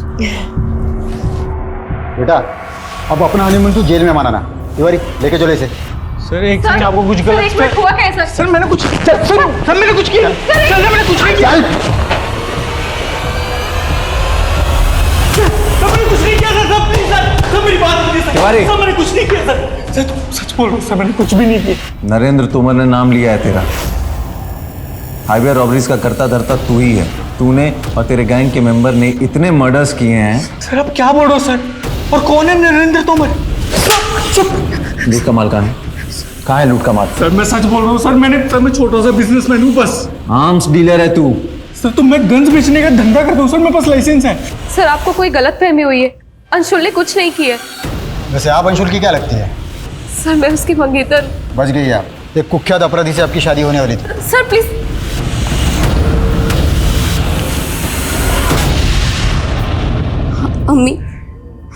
আমি তোমায় এতগুলো চিঠি লিখেছি, কিন্তু তবুও তুমি আমায় ফরিদাবাদ থেকে নিতে আসোনি।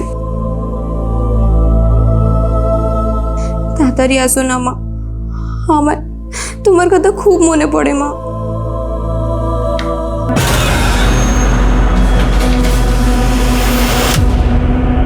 क्या छुपा रही, क्या छुपा रही? तेरी ये बंगला तो मेरे पल्ले पड़ती नहीं, पर मैं इतना जानता हूँ कि तू अपनी अम्मा को फिर से खत लिख रही थी। खुशबू रानी गली कांधाई चांदपुर, तेरा ये खत मैं डाक खाने तक पहुंचा दूंगा। फिलहाल मैं तेरे लिए चने लाया हूँ, कल से तू चने बेचेगी। चल।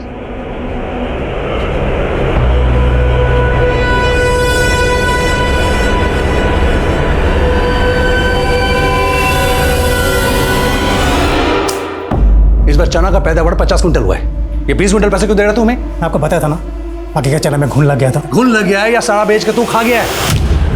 तुझको हमने रिश्तेदार समझा था और तू हमको धोखा दे रहा है। दादा कॉलर छिड़ दो, वरना क्या की कोरे नहीं भी तू ही की कोरे ना सच कर दो आदेश छोड़ बोलो बस छोड़ बोलो तो तू देख लेना देख ले क्या फिर सच कर दो तुम्हें मेरे बोलोगे।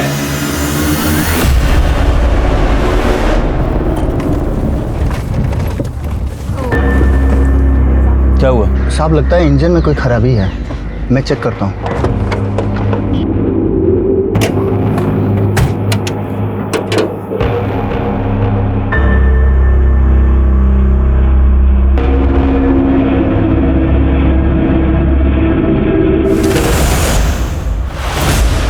पुलिस ने हाईवे रॉबरी में जिन 2 लोगों को गिरफ्तार किया था उनका एनकाउंटर कर दिया गया है। और गौर करने वाली बात यह है कि इसमें एक नामी ज्वेलर नरेंद्र तोमर और दूसरा सरकारी आर्म डीलर अंशुल मेहता। क्या वाकई ये दोनों इस रॉबरी के किंग पिंग है? और आखिर ऐसा क्या हुआ कि पुलिस ने इनका एनकाउंटर कर दिया? अंशुल मेहता की मंगेतर शैलजा गोयल ने सोशल मीडिया के जरिए पुलिस पे गंभीर इल्जाम लगाते हुए ये लिखा है कि ये एक फेक इनकाउंटर था, जो कि काफी तेजी से वायरल हो रहा है। इसके मुताल्लिक उन्होंने एक वीडियो भी रिलीज किया है। पुलिस अपनी नाकामी छुपा रही है, वो असली गुनहगारों को पकड़ नहीं पाए और अंशुल के खिलाफ साबित करने के लिए उनके पास कोई सबूत नहीं था, इसीलिए उन्होंने उसका फेक एनकाउंटर किया। सर अंशुल की मंगेतर पुलिस पर यह आरोप लगा रही है कि एनकाउंटर फेक है। देखिए, हमने एक SIT टीम का गठन किया है जो इस एनकाउंटर की जांच और हाईवे रॉबर्स को जल्द से जल्द पकड़ने के लिए प्रतिबद्ध है। Sir one more question. इस केस ने जल्द ही ऐसा तुल पकड़ा कि पुलिस एनकाउंटर की सत्यता की जांच करना पुलिस महकमे के लिए बहुत जरूरी हो गया। जय सर। सर एनकाउंटर इसी जगह पे हुआ था। सर उन दोनों को पेशी के लिए कोर्ट ले जा रहे थे, तब हमारी गाड़ी यहाँ खराब हो गई थी। खराबी क्या हुई? सर कार्बोरेटर में कचरा था सर। उसके बाद सर और ड्राइवर दोनों नीचे उतरे। मेरा ध्यान भी बाहर ही था।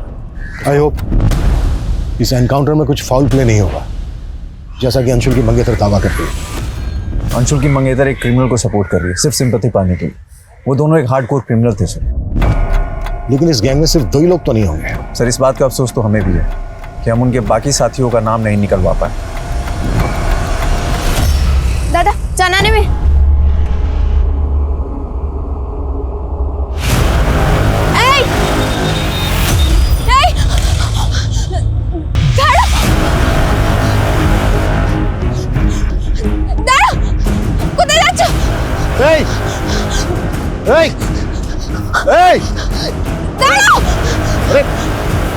कहाँ जा रही?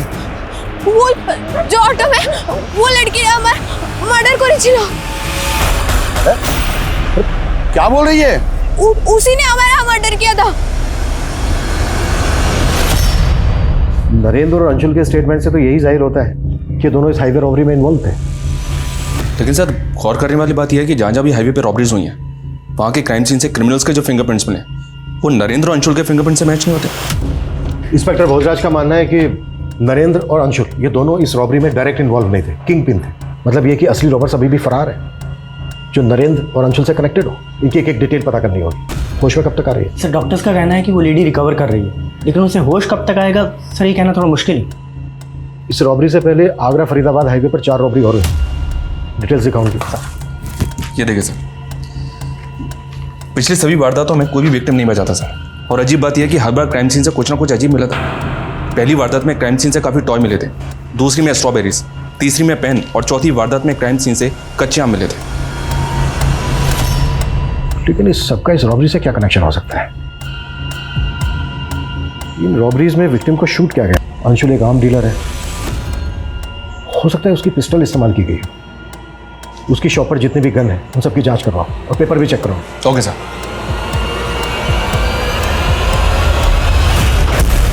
नाज़ा जिंदा हो गई? कोई नशा तो नहीं किया तूने? होश उड़ गए थे मेरे, अपनी आंखों से उसे जिंदा देख के आ रही हूँ। अरे ऐसा कैसे हो सकता है? उसकी लाश को मैंने खुद ठिकाने लगाया था। सर इस नरेंद्र के सीडीआर में एक सस्पिशियस नंबर मिला है जो एक फेक आईडी से लिया गया था। और अंशुल का नरेंद्र के साथ कोई कनेक्शन मिला? जी नहीं सर। अंशुल की शॉप में जितनी भी गन्स मौजूद हैं सबकी जांच करवाई, उनके पेपर्स भी चेक किए, लेकिन कोई भी गन रॉबरी में इस्तेमाल नहीं हुई है। हो सकता है जो गन रॉबरी में इस्तेमाल हुई हो वो अंशुल ने कभी शॉप पे रखी ना हो। और एक बात सर, ये अंशुल का फादर अभी जेल में बंद है और अंशुल की मंगेतर शैलजा एक ही बात बोल रही है कि एनकाउंटर फेक था। शैलजा से मिलते हैं एक बार। सर मैं पहले भी कई बार कह चुकी हूँ, अंशुल एक ऑनेस्ट इंसान था, वो किसी भी क्रिमिनल एक्टिविटी से नहीं जुड़ा था। और अंशुल के फादर? मालूम है ना, अंशुल के फादर एक्सटॉर्शन, फिरौती, मर्डर के केस में पिछले 8 साल से अंदर है। सर अगर अंशुल के फादर जेल में थे तो इसका ये मतलब नहीं कि अंशुल क्रिमिनल था, और वैसे भी वो अपने फादर से बहुत पहले रिश्ता खत्म कर चुका है। तुम कब से जानती थी अंशुल को जो उसको लेकर इतना कॉन्फिडेंट हो? 2 साल से, और मैं तभी से जानती हूँ कि उसके फादर क्रिमिनल है। उसके बाद भी मैंने उसके साथ दोस्ती की क्योंकि मैं जानती थी कि वो एक अच्छा इंसान था। तुम तो ऐसे।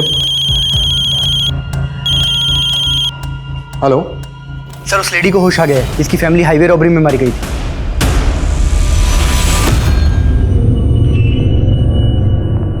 अच्छा लता जी, जब ये सब हुआ तो उस वक्त रॉबर्ट्स के साथ ये लोग भी थे? मैंने उनका चेहरा नहीं देखा, उनका चेहरा ढका हुआ था सिवाय 2 पुलिस वालों के। पुलिस वाले?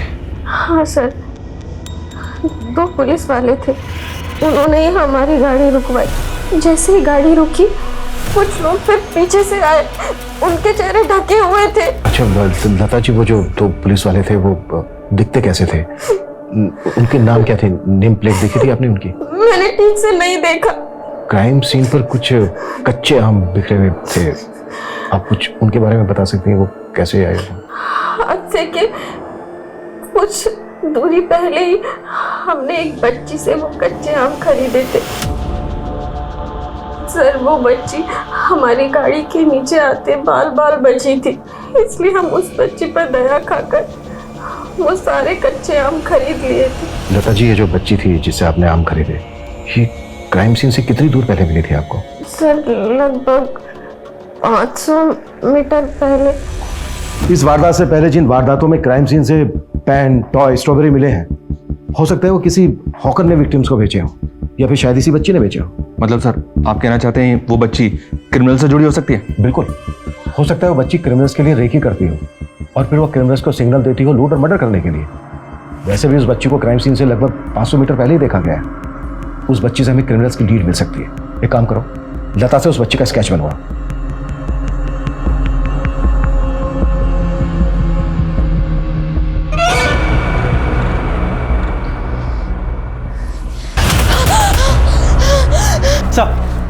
सर उस विक्टिम लता ने जिस लड़की के बारे में बताया था, उसका स्केच रेडी है सर। ये स्केच अपने सारे खबरी और आसपास के थानों में सर्कुलेट करो। जल्द से जल्द इस लड़की की पहचान पता करो। Okay sir.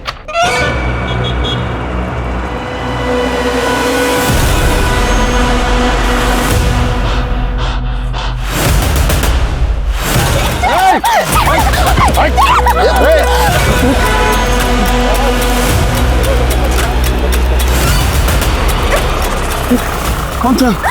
कौन था? मुझे नहीं रहा। हेलो,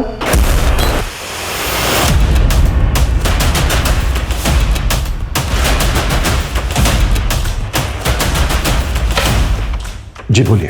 सर आज एक अननोन नंबर से मुझे धमकी भरा फोन आया और वो बोल रहा था कि अंशुल क्रिमिनल था और क्रिमिनल ही रहेगा।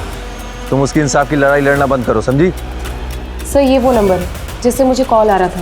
Sir now I am sure कि पुलिस में से कोई तो इन्वॉल्व है जो इस फेक एनकाउंटर केस को बंद करवाने के लिए मुझ पर प्रेशर डाल रहा है। सर शैलजा को जिस नंबर से कॉल आया था वो नंबर एक फेक आईडी से लिया गया था। हो सकता है शैलजा अंशुल को बचाने के लिए झूठ बोल रही हो और ये फोन कॉल चाल हो उसकी। बैकग्राउंड निकालो शैलजा की। Okay sir. सर नरेंद्र की कॉल रिकॉर्ड में जो सर उसमें एक चंद्रेश नाम के हिया व्यापारी का नंबर मिला है। सर ये चंद्रेश है। सर इसका फ़ोन काफ़ी टाइम से बंद है और ये कहाँ गायब हो गया ये भी नहीं पता चल रहा। मे भी चंद्रेश इस सब में शामिल हो। डिटेल निकालो इसकी।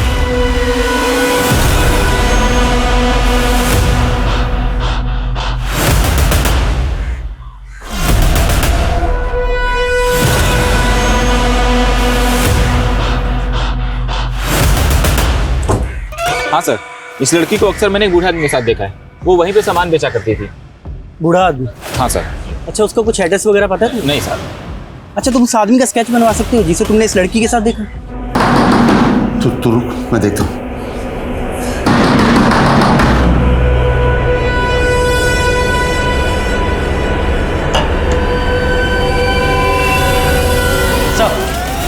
सर मैंने शैलजा के कॉल डिटेल्स चेक की।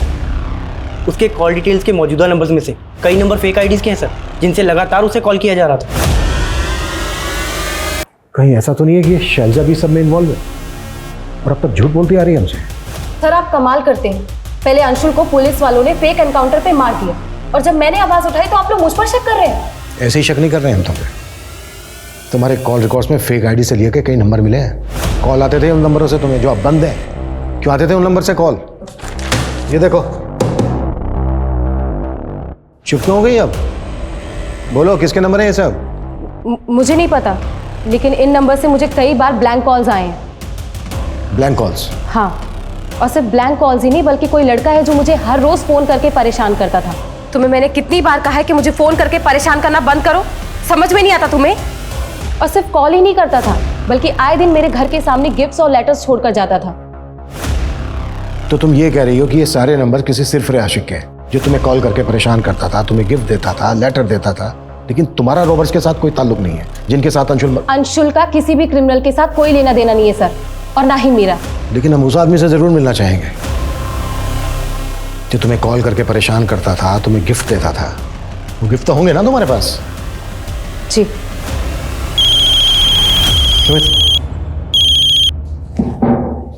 हेलो,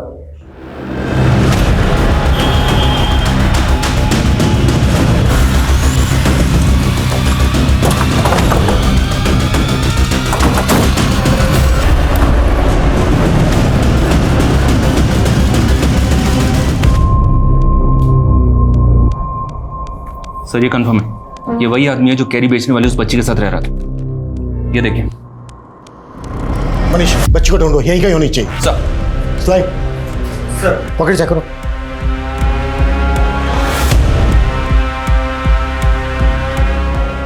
एनवेलप दिखाओ। सर, अंदर कोई बच्ची नहीं। हाँ सर, ये बच्ची यहाँ रहती तो थी, पर अब पता नहीं कहाँ है। नाम क्या है बच्ची का? बच्ची का नाम तो नहीं मालूम, पर वो 3 महीने से यहाँ जयराज जी के साथ रह रही थी। जयराज, इन बुजुर्ग का नाम है जो जिनका मर्डर हुआ है? जी सर। अच्छा, इस बच्ची का रिश्ता क्या था जयराज जी के साथ? वो तो कहते थे वो उनके दूर की रिश्तेदार है, पर वो बच्ची बांग्ला बोलती थी और जयराज जी यूपी साइड के हैं। अब ये हमें नहीं मालूम कि उन दोनों में क्या रिश्ता था। जयराज जी का कोई रिश्तेदार, फैमिली वाला? नहीं सर, वो तो यहाँ अकेले रहा करते थे। आप लोगों में से कोई जानते हैं उनके किसी रिश्तेदार को? अच्छा, जयराज जी से यहाँ कोई मिलने आता जाता था? जी सर, 2 लोग अक्सर यहाँ आते रहते थे, पर हम उन्हें नहीं जानते। दिखते कैसे थे वो? स्केच बनवा सकते हो उनका? अब इतना ध्यान नहीं है सर।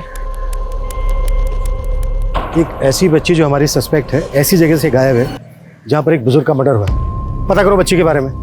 और बुजुर्ग की जैसे बंगला में लिखा हुआ एक लेटर मिलता है जिसके एनवेलप पे अधूरा एड्रेस है।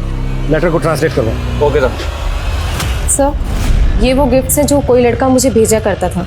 आखिर ये सब इन्वेस्टिगेट करके आप लोग साबित क्या करना चाहते हैं? हम लोग कुछ साबित नहीं करना चाहते। साबित आप करना चाहती हैं कि अंशुल उन रॉबर्स के साथ इन्वॉल्व नहीं था, लेकिन हम आपकी बातों पर भरोसा क्यों करें? ये बात मुझे पहले से ही पता है, लेकिन आप लोग इस केस को कोई गलत मोड़ देने की सोचना भी मत। उन पुलिस वालों ने मेरे अंशुल का फेक एनकाउंटर किया है, और ये बात मैं 1000 बार चीख चीख कर कहती रहूंगी। ये चिट्ठी बंगला भाषा में किसी खुशबू रानी के नाम पर लिखी गई है और इस चिट्ठी में लिखा है कि उसकी अम्मी उसके खतों का जवाब नहीं दे रही है, ना ही उसको फरीदाबाद से आकर लेकर जा रही है। सर, कहीं इसका मतलब ये तो नहीं कि ये जयराज उस बच्ची को अपने साथ जबरदस्ती रख रहा था? अब तक हम मानकर चल रहे हैं कि ये बच्ची हाइबर रोवर्स के लिए रेकी करती थी, इसलिए हमारे लिए पता लगाना बेहद जरूरी है कि बच्ची इस वक्त कहाँ पर है। इस लेटर पे एड्रेस लिखा गया है खुशबू रानी गली गांधाई चांदपुर। प्रॉपर एड्रेस नहीं है, लेकिन लेटर पढ़ने के बाद ऐसा लगता है कि इस बच्ची ने पहले भी बहुत सारे लेटर्स लिखे हैं। एक काम करो, पोस्ट ऑफिस में जाके पता करो कि फरीदाबाद से गली गांधाई चांदपुर के लिए पहले भी लेटर पोस्ट हुए हैं क्या। हो सकता है वहाँ से प्रॉपर एड्रेस मिल जाए। Okay sir. और हाँ, एक काम और करो, इस बच्ची का स्केच बंगाल और आसपास के राज्यों में सर्कुलेट करो, अखबारों में भी डलवाओ, शायद इस बच्ची को पहचानने वाला कोई आदमी सामने आए। Okay sir.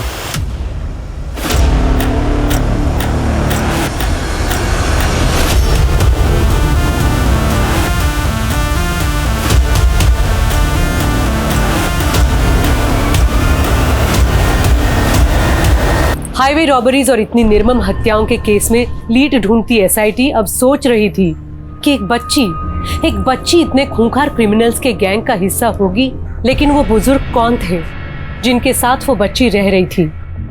उस बुजुर्ग की हत्या किसने की थी? और वो लोग कौन थे जिन्होंने उस बच्ची को पहले भी मारने की कोशिश की थी? और आखिर एक रिटायर्ड मजिस्ट्रेट का उस बच्ची से क्या वास्ता था जो उस बच्ची का स्केच अखबार में देख के वो चौंक गए थे? उस बच्ची की जिंदगी कई उतार चढ़ाव से गुजरी थी। 6 महीने पहले वो एक ऐसे चक्रव्यूह में फंसी थी जो इस केस को कई चौंकाने वाले एंगल्स देने वाला था। तू चिंता करबी ना। हाँ, साहब आसबे, साहब के सब बोले दिबी, तारपरे तोके ठीक ठाक घरे पहुंचे। सब नमस्ते। नमस्ते जी, नमस्ते बताइए। करो, नमस्ते करो। क्या हुआ?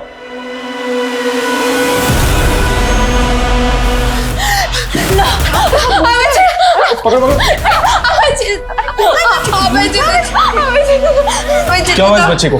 और ये कौन है बच्ची? साहब ये ना मेरे दुकान के बाहर ही खड़ी थी और रो रही थी।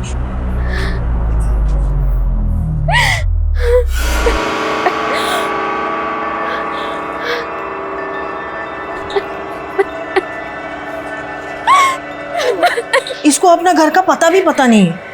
और साहब इसने ना मुझे बोला कि इसके साथ किसी ने रेप भी किया है। लो बेटा, पानी पियो। खा जल खा।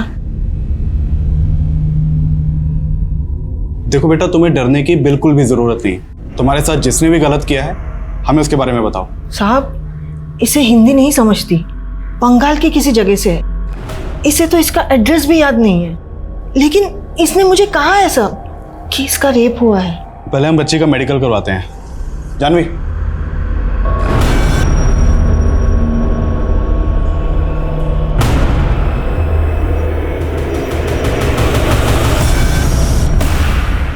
सर ये बच्ची की मेडिकल रिपोर्ट है।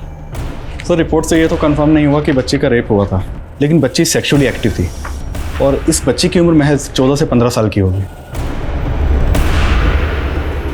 इस लड़की ने क्या बयान दिया? सर बच्ची काफ़ी डरी हुई थी और ठीक तरह से हिंदी भी नहीं बोल सकती। ये बच्ची इन विमला जी की दुकान के बाहर मिली थी। ये बंगाली हैं। बच्चे ने विमला जी को बताया था कि उसका रेप हुआ था। इस बच्ची का जो आपने अखबार में स्केच छपवाया है, मेरी कोर्ट में मेरे सामने पेश हुई थी और इसने अपने बयान बंगाली में दिए थे और ये कहा था कि इसके साथ कुछ लोगों ने ज़बरदस्ती की है।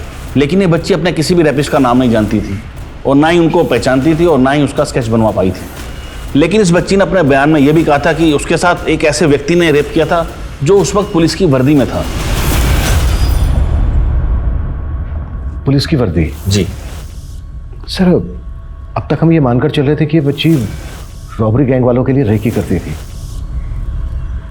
और एक विक्टिम ने हमें स्टेटमेंट दिया कि जो वो गैंग था उसमें 2 पुलिस वाले भी शामिल थे।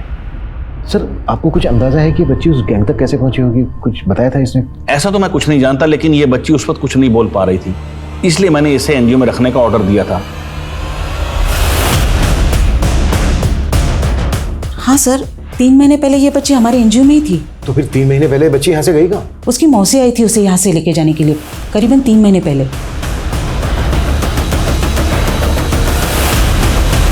जब उसकी मौसी आई थी उसको लेने, आपने लोकल पुलिस को इन्फॉर्म किया था? नहीं सर, मुझे लगा उसकी फैमिली आ गई तो मैंने उसे जाने दिया। क्या ऐसा तो नहीं है कि किसी के इशारे पे किया आपने ये सब? No sir, it's just a mistake. उस लेडी की डिटेल दीजिए हमें। 98754389। नंबर तो बंद आ रहा है, जाहिर सी बात है नंबर फेक होगा और एड्रेस भी। नाम क्या था उसका? सर उसका नाम नफीसा था। फोटो दीजिए उसका। जी ये रही। इस एनजीओ के बारे में इंक्वायरी करो। नाजिया का कहना है कि किसी पुलिस वाले ने भी उसका रेप किया था। इस केस के तार बहुत दूर तक जुड़े हो सकते हैं। कैसे भी करके हमें पता लगाना है कि इस वक्त नाजिया है कहाँ। सर ऐसी कई फुटेजेस हैं जिनमें ये आदमी शैलजा का पीछा करते हुए दिखाई दे रहा है, लेकिन सर किसी भी फुटेज में इस आदमी का चेहरा क्लियर नहीं है। ये आदमी किसी फुटेज में शैलजा के साथ बात करते हुए भी दिखाई गए? नहीं सर, लेकिन सर मुझे ऐसा लग रहा है कि कहीं ये आदमी शैलजा का वही जिल्टेड लवर तो नहीं है जो शैलजा को ब्लैंक कॉल्स किया करता था और गिफ्ट्स भेजा करता था। पता करो ये आदमी कौन है। एक फेक एनकाउंटर कहने वाली शैलजा का अतीत क्या एसआईटी को वाकई कोई लीड देने वाला था? और एसआईटी नाजिया का अतीत जानने के लिए इतनी इच्छुक क्यों थी? क्या वाकई कोई ऐसा पुलिस वाला था जो नाजिया का रेप कर रहा था? लेकिन काफी कोशिशों के बाद एसआईटी ने यह जरूर पता कर लिया था कि नाजिया 2 साल पहले पश्चिम बंगाल के चांदपुर इलाके से लापता हुई थी। करीब 2 साल पहले आप लोगों ने नाजिया की मिसिंग कंप्लेंट फाइल करवाई थी। आखिर वो फरीदाबाद कैसे पहुंची, गायब कैसे हुई थी वो? हमको नहीं मालूम साहब। देखिए एक लंबे समय तक नाजिया के साथ रेप किया जा रहा था। उसके बाद उसको एक एनजीओ में रखा गया जहाँ से नफीसा नाम की औरत उसको लेकर गई। एनजीओ वाले ने हमें बताया कि वहाँ उसने अपने आप को नाजिया की मौसी बताया था। ये है वो नफीसा। साहब ये नफीसा नहीं है, ये तो रूपा है। रूपा है, हमारे गांव में रहती थी और ये नाजिया की मासी नहीं है। ये तो नाजिया को जानती थी बस। ये रूपा आपके गांव में रहती कहाँ? यही पास में रहती थी साहब, लेकिन उसे सालों से किसी ने नहीं देखा। मतलब रूपा हमारी बेटी को लेकर भी हो सकता है। अच्छा रूपा के बारे में कोई और इन्फॉर्मेशन दे सकते हो आप लोग? नंबर है उसका आपके पास? है ना साहब, नंबर है, लेकिन सालों से उसका नंबर बंद है। कोई बात नहीं, आप हमें दीजिए।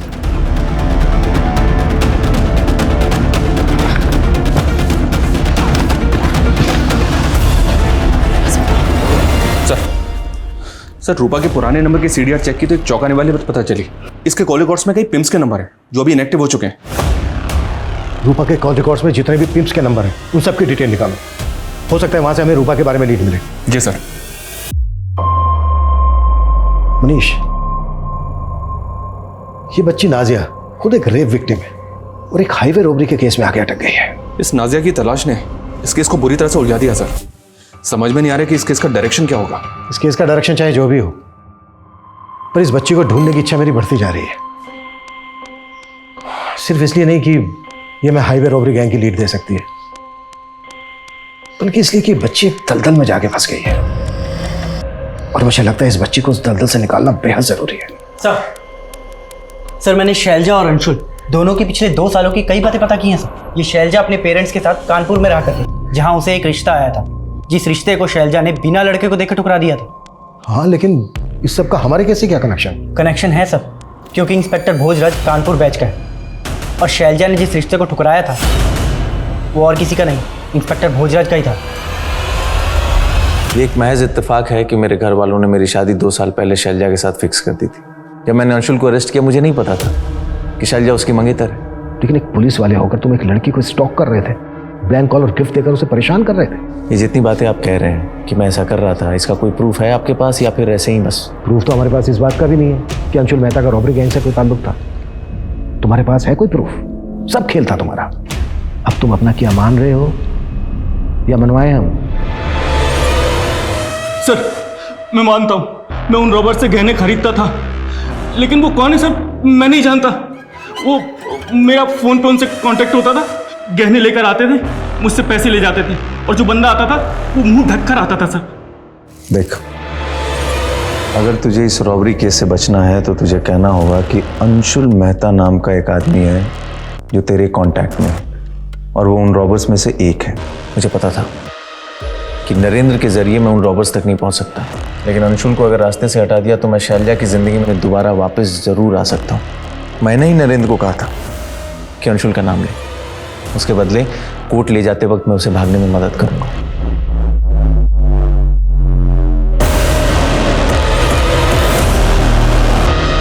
नरेंद्र इस केस की अहम कड़ी था, उसको ही मार दिया तूने, और उस बेकसूर अंशुल को भी। कैसा पुलिस वाला है तू? इस वर्दी का अपमान किया है तूने। भोजराज के स्टेटमेंट से यह तो साफ है कि नरेंद्र तोमर रॉबरी गैंग से जुड़ा था। इसके सीडीआर में एक फेक आईडी का एक नंबर मिला था, जिसमें हमें एक और हीरा व्यापारी चंद्रेश का नंबर मिला। इस चंद्रेश को मैंने ढूंढने के लिए कहा था। क्या अपडेट है इसकी? सर खबरियों को इसकी तलाश में लगाया। खबरियों को तलाश में लगाया, बस हो गया? कैसे भी करके चंद्रेश मुझे अंदर चाहिए। और रूपा को कैसे ढूंढ रहे हो तुम लोग? और रूपा की कॉन्टैक्ट लिस्ट में जितने भी पिन थे उनकी क्या अपडेट है? सर उसकी भी तलाश जारी है। सर मैं नाजिया मिसिंग केस में बेंगलोर पुलिस की इन्वेस्टिगेशन को स्टडी कर रहा था। उस केस में एक एंगल ऐसा था जिसको बेंगलोर पुलिस ने इन्वेस्टिगेट किया ही नहीं था। कैसा एंगल?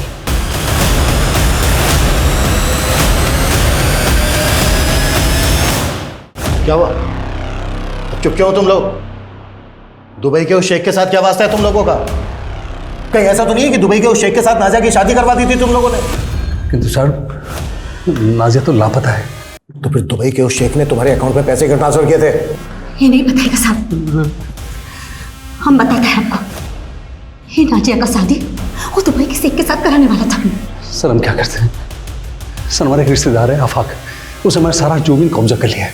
लाखों को जमीन तो कब्जा कर ही लिया है, कोर्ट के चक्कर मारते मारते ताने ताने का मोहताज हो गया था। मैं क्या करता सर? पैसों के लालच में तूने अपनी बेटी का सौदा कर दिया? कैसा बाप है रे तू? ये वही करने वाला था, लेकिन हम नाजिया का अच्छा चाहता था। बस हमारा माथा खराब हो गया था। क्यों? वो रूपा पे भरोसा कर ली। इसके लिए हम रूपा को बोला कि नाजिया को थोड़े दिनों के लिए अपने पास रखे, लेकिन हमको क्या मालूम था कि वो हमारी लड़की को हमसे इतना दूर लेकर जाएगी। नाजिया के माता पिता की भूमिका भी अब संदिग्ध नजर आ रही थी। वहीं एसआईटी को जल्द ही चंद्रेश नाम के हीरा व्यापारी की एक लीड मिली, जो चोरी के गहने खरीदा करता था। सर मेरी बात मानिए सर, मैं किसी नरेंद्र तोमर को नहीं जानता सर। जिस फेक आईडी के नंबर से नरेंद्र तोमर को कॉल किया जाता था, उसी फेक आईडी के नंबर से तुझे भी कॉल किया जाता था। बोल कौन है वो जो तुम दोनों को कॉल करता था? सर वो तो जमीर और रुस्तम है। काम लेंगे ये दोनों।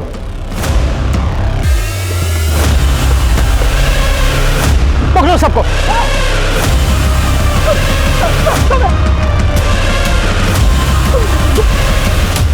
कौन है बच्ची? हमें नहीं मालूम सर, ये बच्ची तो जयराज के साथ रहती थी। जयराज भी तुम लोगों के लिए काम करता था ना? हाँ साहब। जयराज को क्यों मारा? साहब हमने नहीं मारा जयराज को। ये बच्ची तुम लोगों के चंगुल में कैसे फंसी?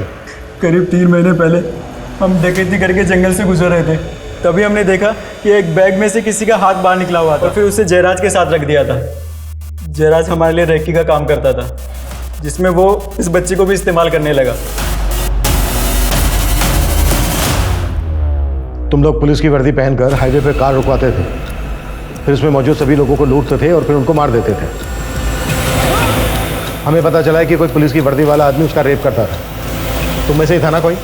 कौन था? नहीं साहब, हमने बच्चे का रेप कभी नहीं किया, लेकिन साहब हमने उसे झांसा दिया था कि बंगाल से उसकी फैमिली को ढूंढ निकालेंगे, इसीलिए साहब वो हमारे साथ काम करती थी। साहब, जिस रूपा के बारे में आपने पता करने के लिए कहा था उसके बारे में पता चल गया। ये रूपा पहले खुद का धंधा करती थी, बाद में मेरे आदमी ने पता किया तो पता चला इसका कोई दलाल था, जाकिर नाम का। एक बात और पता चली, जाकिर किसी का खबरी भी था। किसका खबरी था? अभी तक तो पता नहीं चला है, लेकिन शायद किसी पुलिस वाले का है। तेरे पास जाकिर का कोई फोटो है? हाँ सर। अगर ये जाकिर किसी पुलिस वाले का खबरी था तो जाहिर सी बात है वो यही पुलिस वाला होगा जिसने राजिया का रेप किया। सर, ये जाकिर किस पुलिस वाले का खबरी था ये पता लगाना थोड़ा मुश्किल तो हो सकता है। हाँ, लेकिन कैसे? सब पिंटू खबरी का फ़ोन आया था, जाकिर की एक लीड मिली। जाकिर का उस्मानपुर के एक जुए के अड्डे पे काफ़ी आना जाना, और वो आज फिर से वहाँ आने वाला। गाड़ी निकलो। सब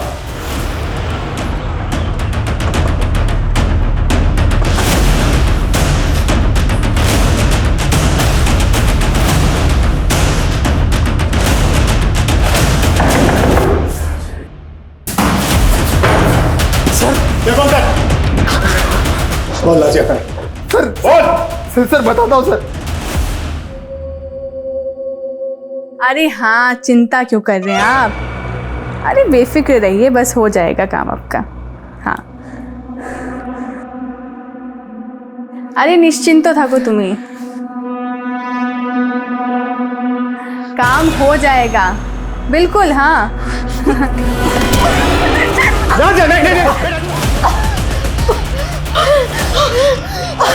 परेशान लेके चलो इसको। बेटा डरो मत, हम पुलिस, कुछ नहीं होगा तुम्हें।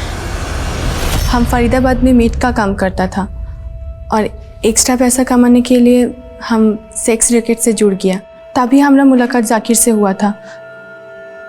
हम जानता था कि वर्जिन लड़की का मार्केट अच्छा है, इसलिए जब नाजिया की माँ नाजिया को हमारा पास छोड़ के गया तो हमारा मन में लालच आ गया और हम उसको फरीदाबाद लेके आ गया। आओ अंदर आओ नाजिया। और जाकिर उसको धंधे पे बिठा दिया। मैं बस नाजिया ऐसी बच्चियों को सूटकेस में डालकर अपने क्लाइंट्स के पास ले जाता। नाजिया के साथ भी मैंने यही धंधा शुरू कर दिया था। एक दिन अचानक वो तंग आकर भाग गई और किसी पान वाली को मिली जो उसे पुलिस के पास लेकर गई। फिर पुलिस ने उसे एनजीओ में डाल दिया। नाजिया का कहना कि कोई पुलिस वाला था जो रेप करता था उसका? हाँ सर, उस पुलिस वाले साहब ने कहा कि उस बच्ची को किसी भी हाल में एनजीओ से बाहर निकालो। उन्हें डर था कि नाजिया उनके बारे में सबको बताना दे। हम जाकिर के कहने पे ही नाजिया को एनजीओ से हटाया था और वापस जाकिर को सौंप दिया। वो पुलिस वाला कौन था जो नाजिया का रेप करता था? लेकिन मुझे नहीं पता था कि वो जिंदा थी। वो तो 3 महीने बाद अचानक रूपा ने उसको एक बूढ़े आदमी के साथ देखा तो मैंने ये बात साहब को बताई। साहब ने कहा कि ख़त्म कर दो नाजिया को। वो बच्ची फिर हाथ से निकल गई, लेकिन मैंने सोचा अगर मारना ही है तो क्यों ना कुछ और पैसे कमा लूँ उससे, इसलिए अब तक मैंने उसको ज़िंदा रखा था।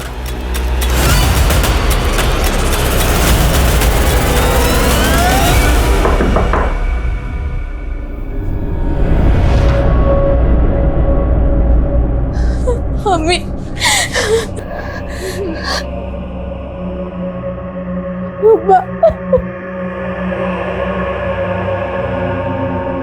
मुझे नहीं पता कि नाजिया का फ्यूचर अब क्या होगा, कैसा होगा, लेकिन मैं आप सभी से अपील करता हूं, जब आप नाजिया जैसे बच्चों को कहीं भी किसी भी मुसीबत में देखें, प्लीज पुलिस से संपर्क जरूर करें। लगभग 2.5 साल नरक से भी बदतर जिंदगी जीने के बाद आखिरकार नाजिया को अपनी अम्मी को देखना नसीब हो पाया। लेकिन नाजिया के साथ हो रहे गुनाह तब शायद थम सकते थे जब नाजिया की सुनवाई एक मैजिस्ट्रेट द्वारा की जा रही थी। अगर तब उसके साथ हुई ज्यादतियों को गंभीरता से लिया जाता तो शायद हम एक बच्ची को ये उम्मीद दे सकते थे कि गुनहगार कभी बख्शे नहीं जाते। लेकिन इंसाफ में हुई देरी ने उसे और भी गहरे घाव दिए। ये बेहद ही अफसोसजनक है कि न्याय की दहलीज पे पहुंचने के बावजूद भी कई विक्टिम्स को अक्सर न्याय नहीं मिलता और कई बार सुनवाई में ही इतना वक्त बीत जाता है कि इंसाफ का कोई मायना ही नहीं रह जाता। इस विषय पे वाकई विचार होना जरूरी है। आप जानते हैं कि हम इस वक्त कोविड-19 की चुनौतियों से लड़ रहे हैं। कृपया मास्क लगाएं और सोशल डिस्टेंसिंग का जरूर पालन करें। अब मैं सोनाली कुलकर्णी आपसे विदा लेती हूँ। क्राइम पेट्रोल सतर्क, जस्टिस रीलोडेड में फिर होगी आपसे मुलाकात एक नए और चौंका देने वाले केस के साथ। तब तक अपना और अपने परिवार का ख्याल रखें। जय हिंद। क्राइम पेट्रोल के और भी दिलचस्प कहानी देखने के लिए हमारे चैनल को सब्सक्राइब करें और बेल आइकॉन दबाना न भूलें।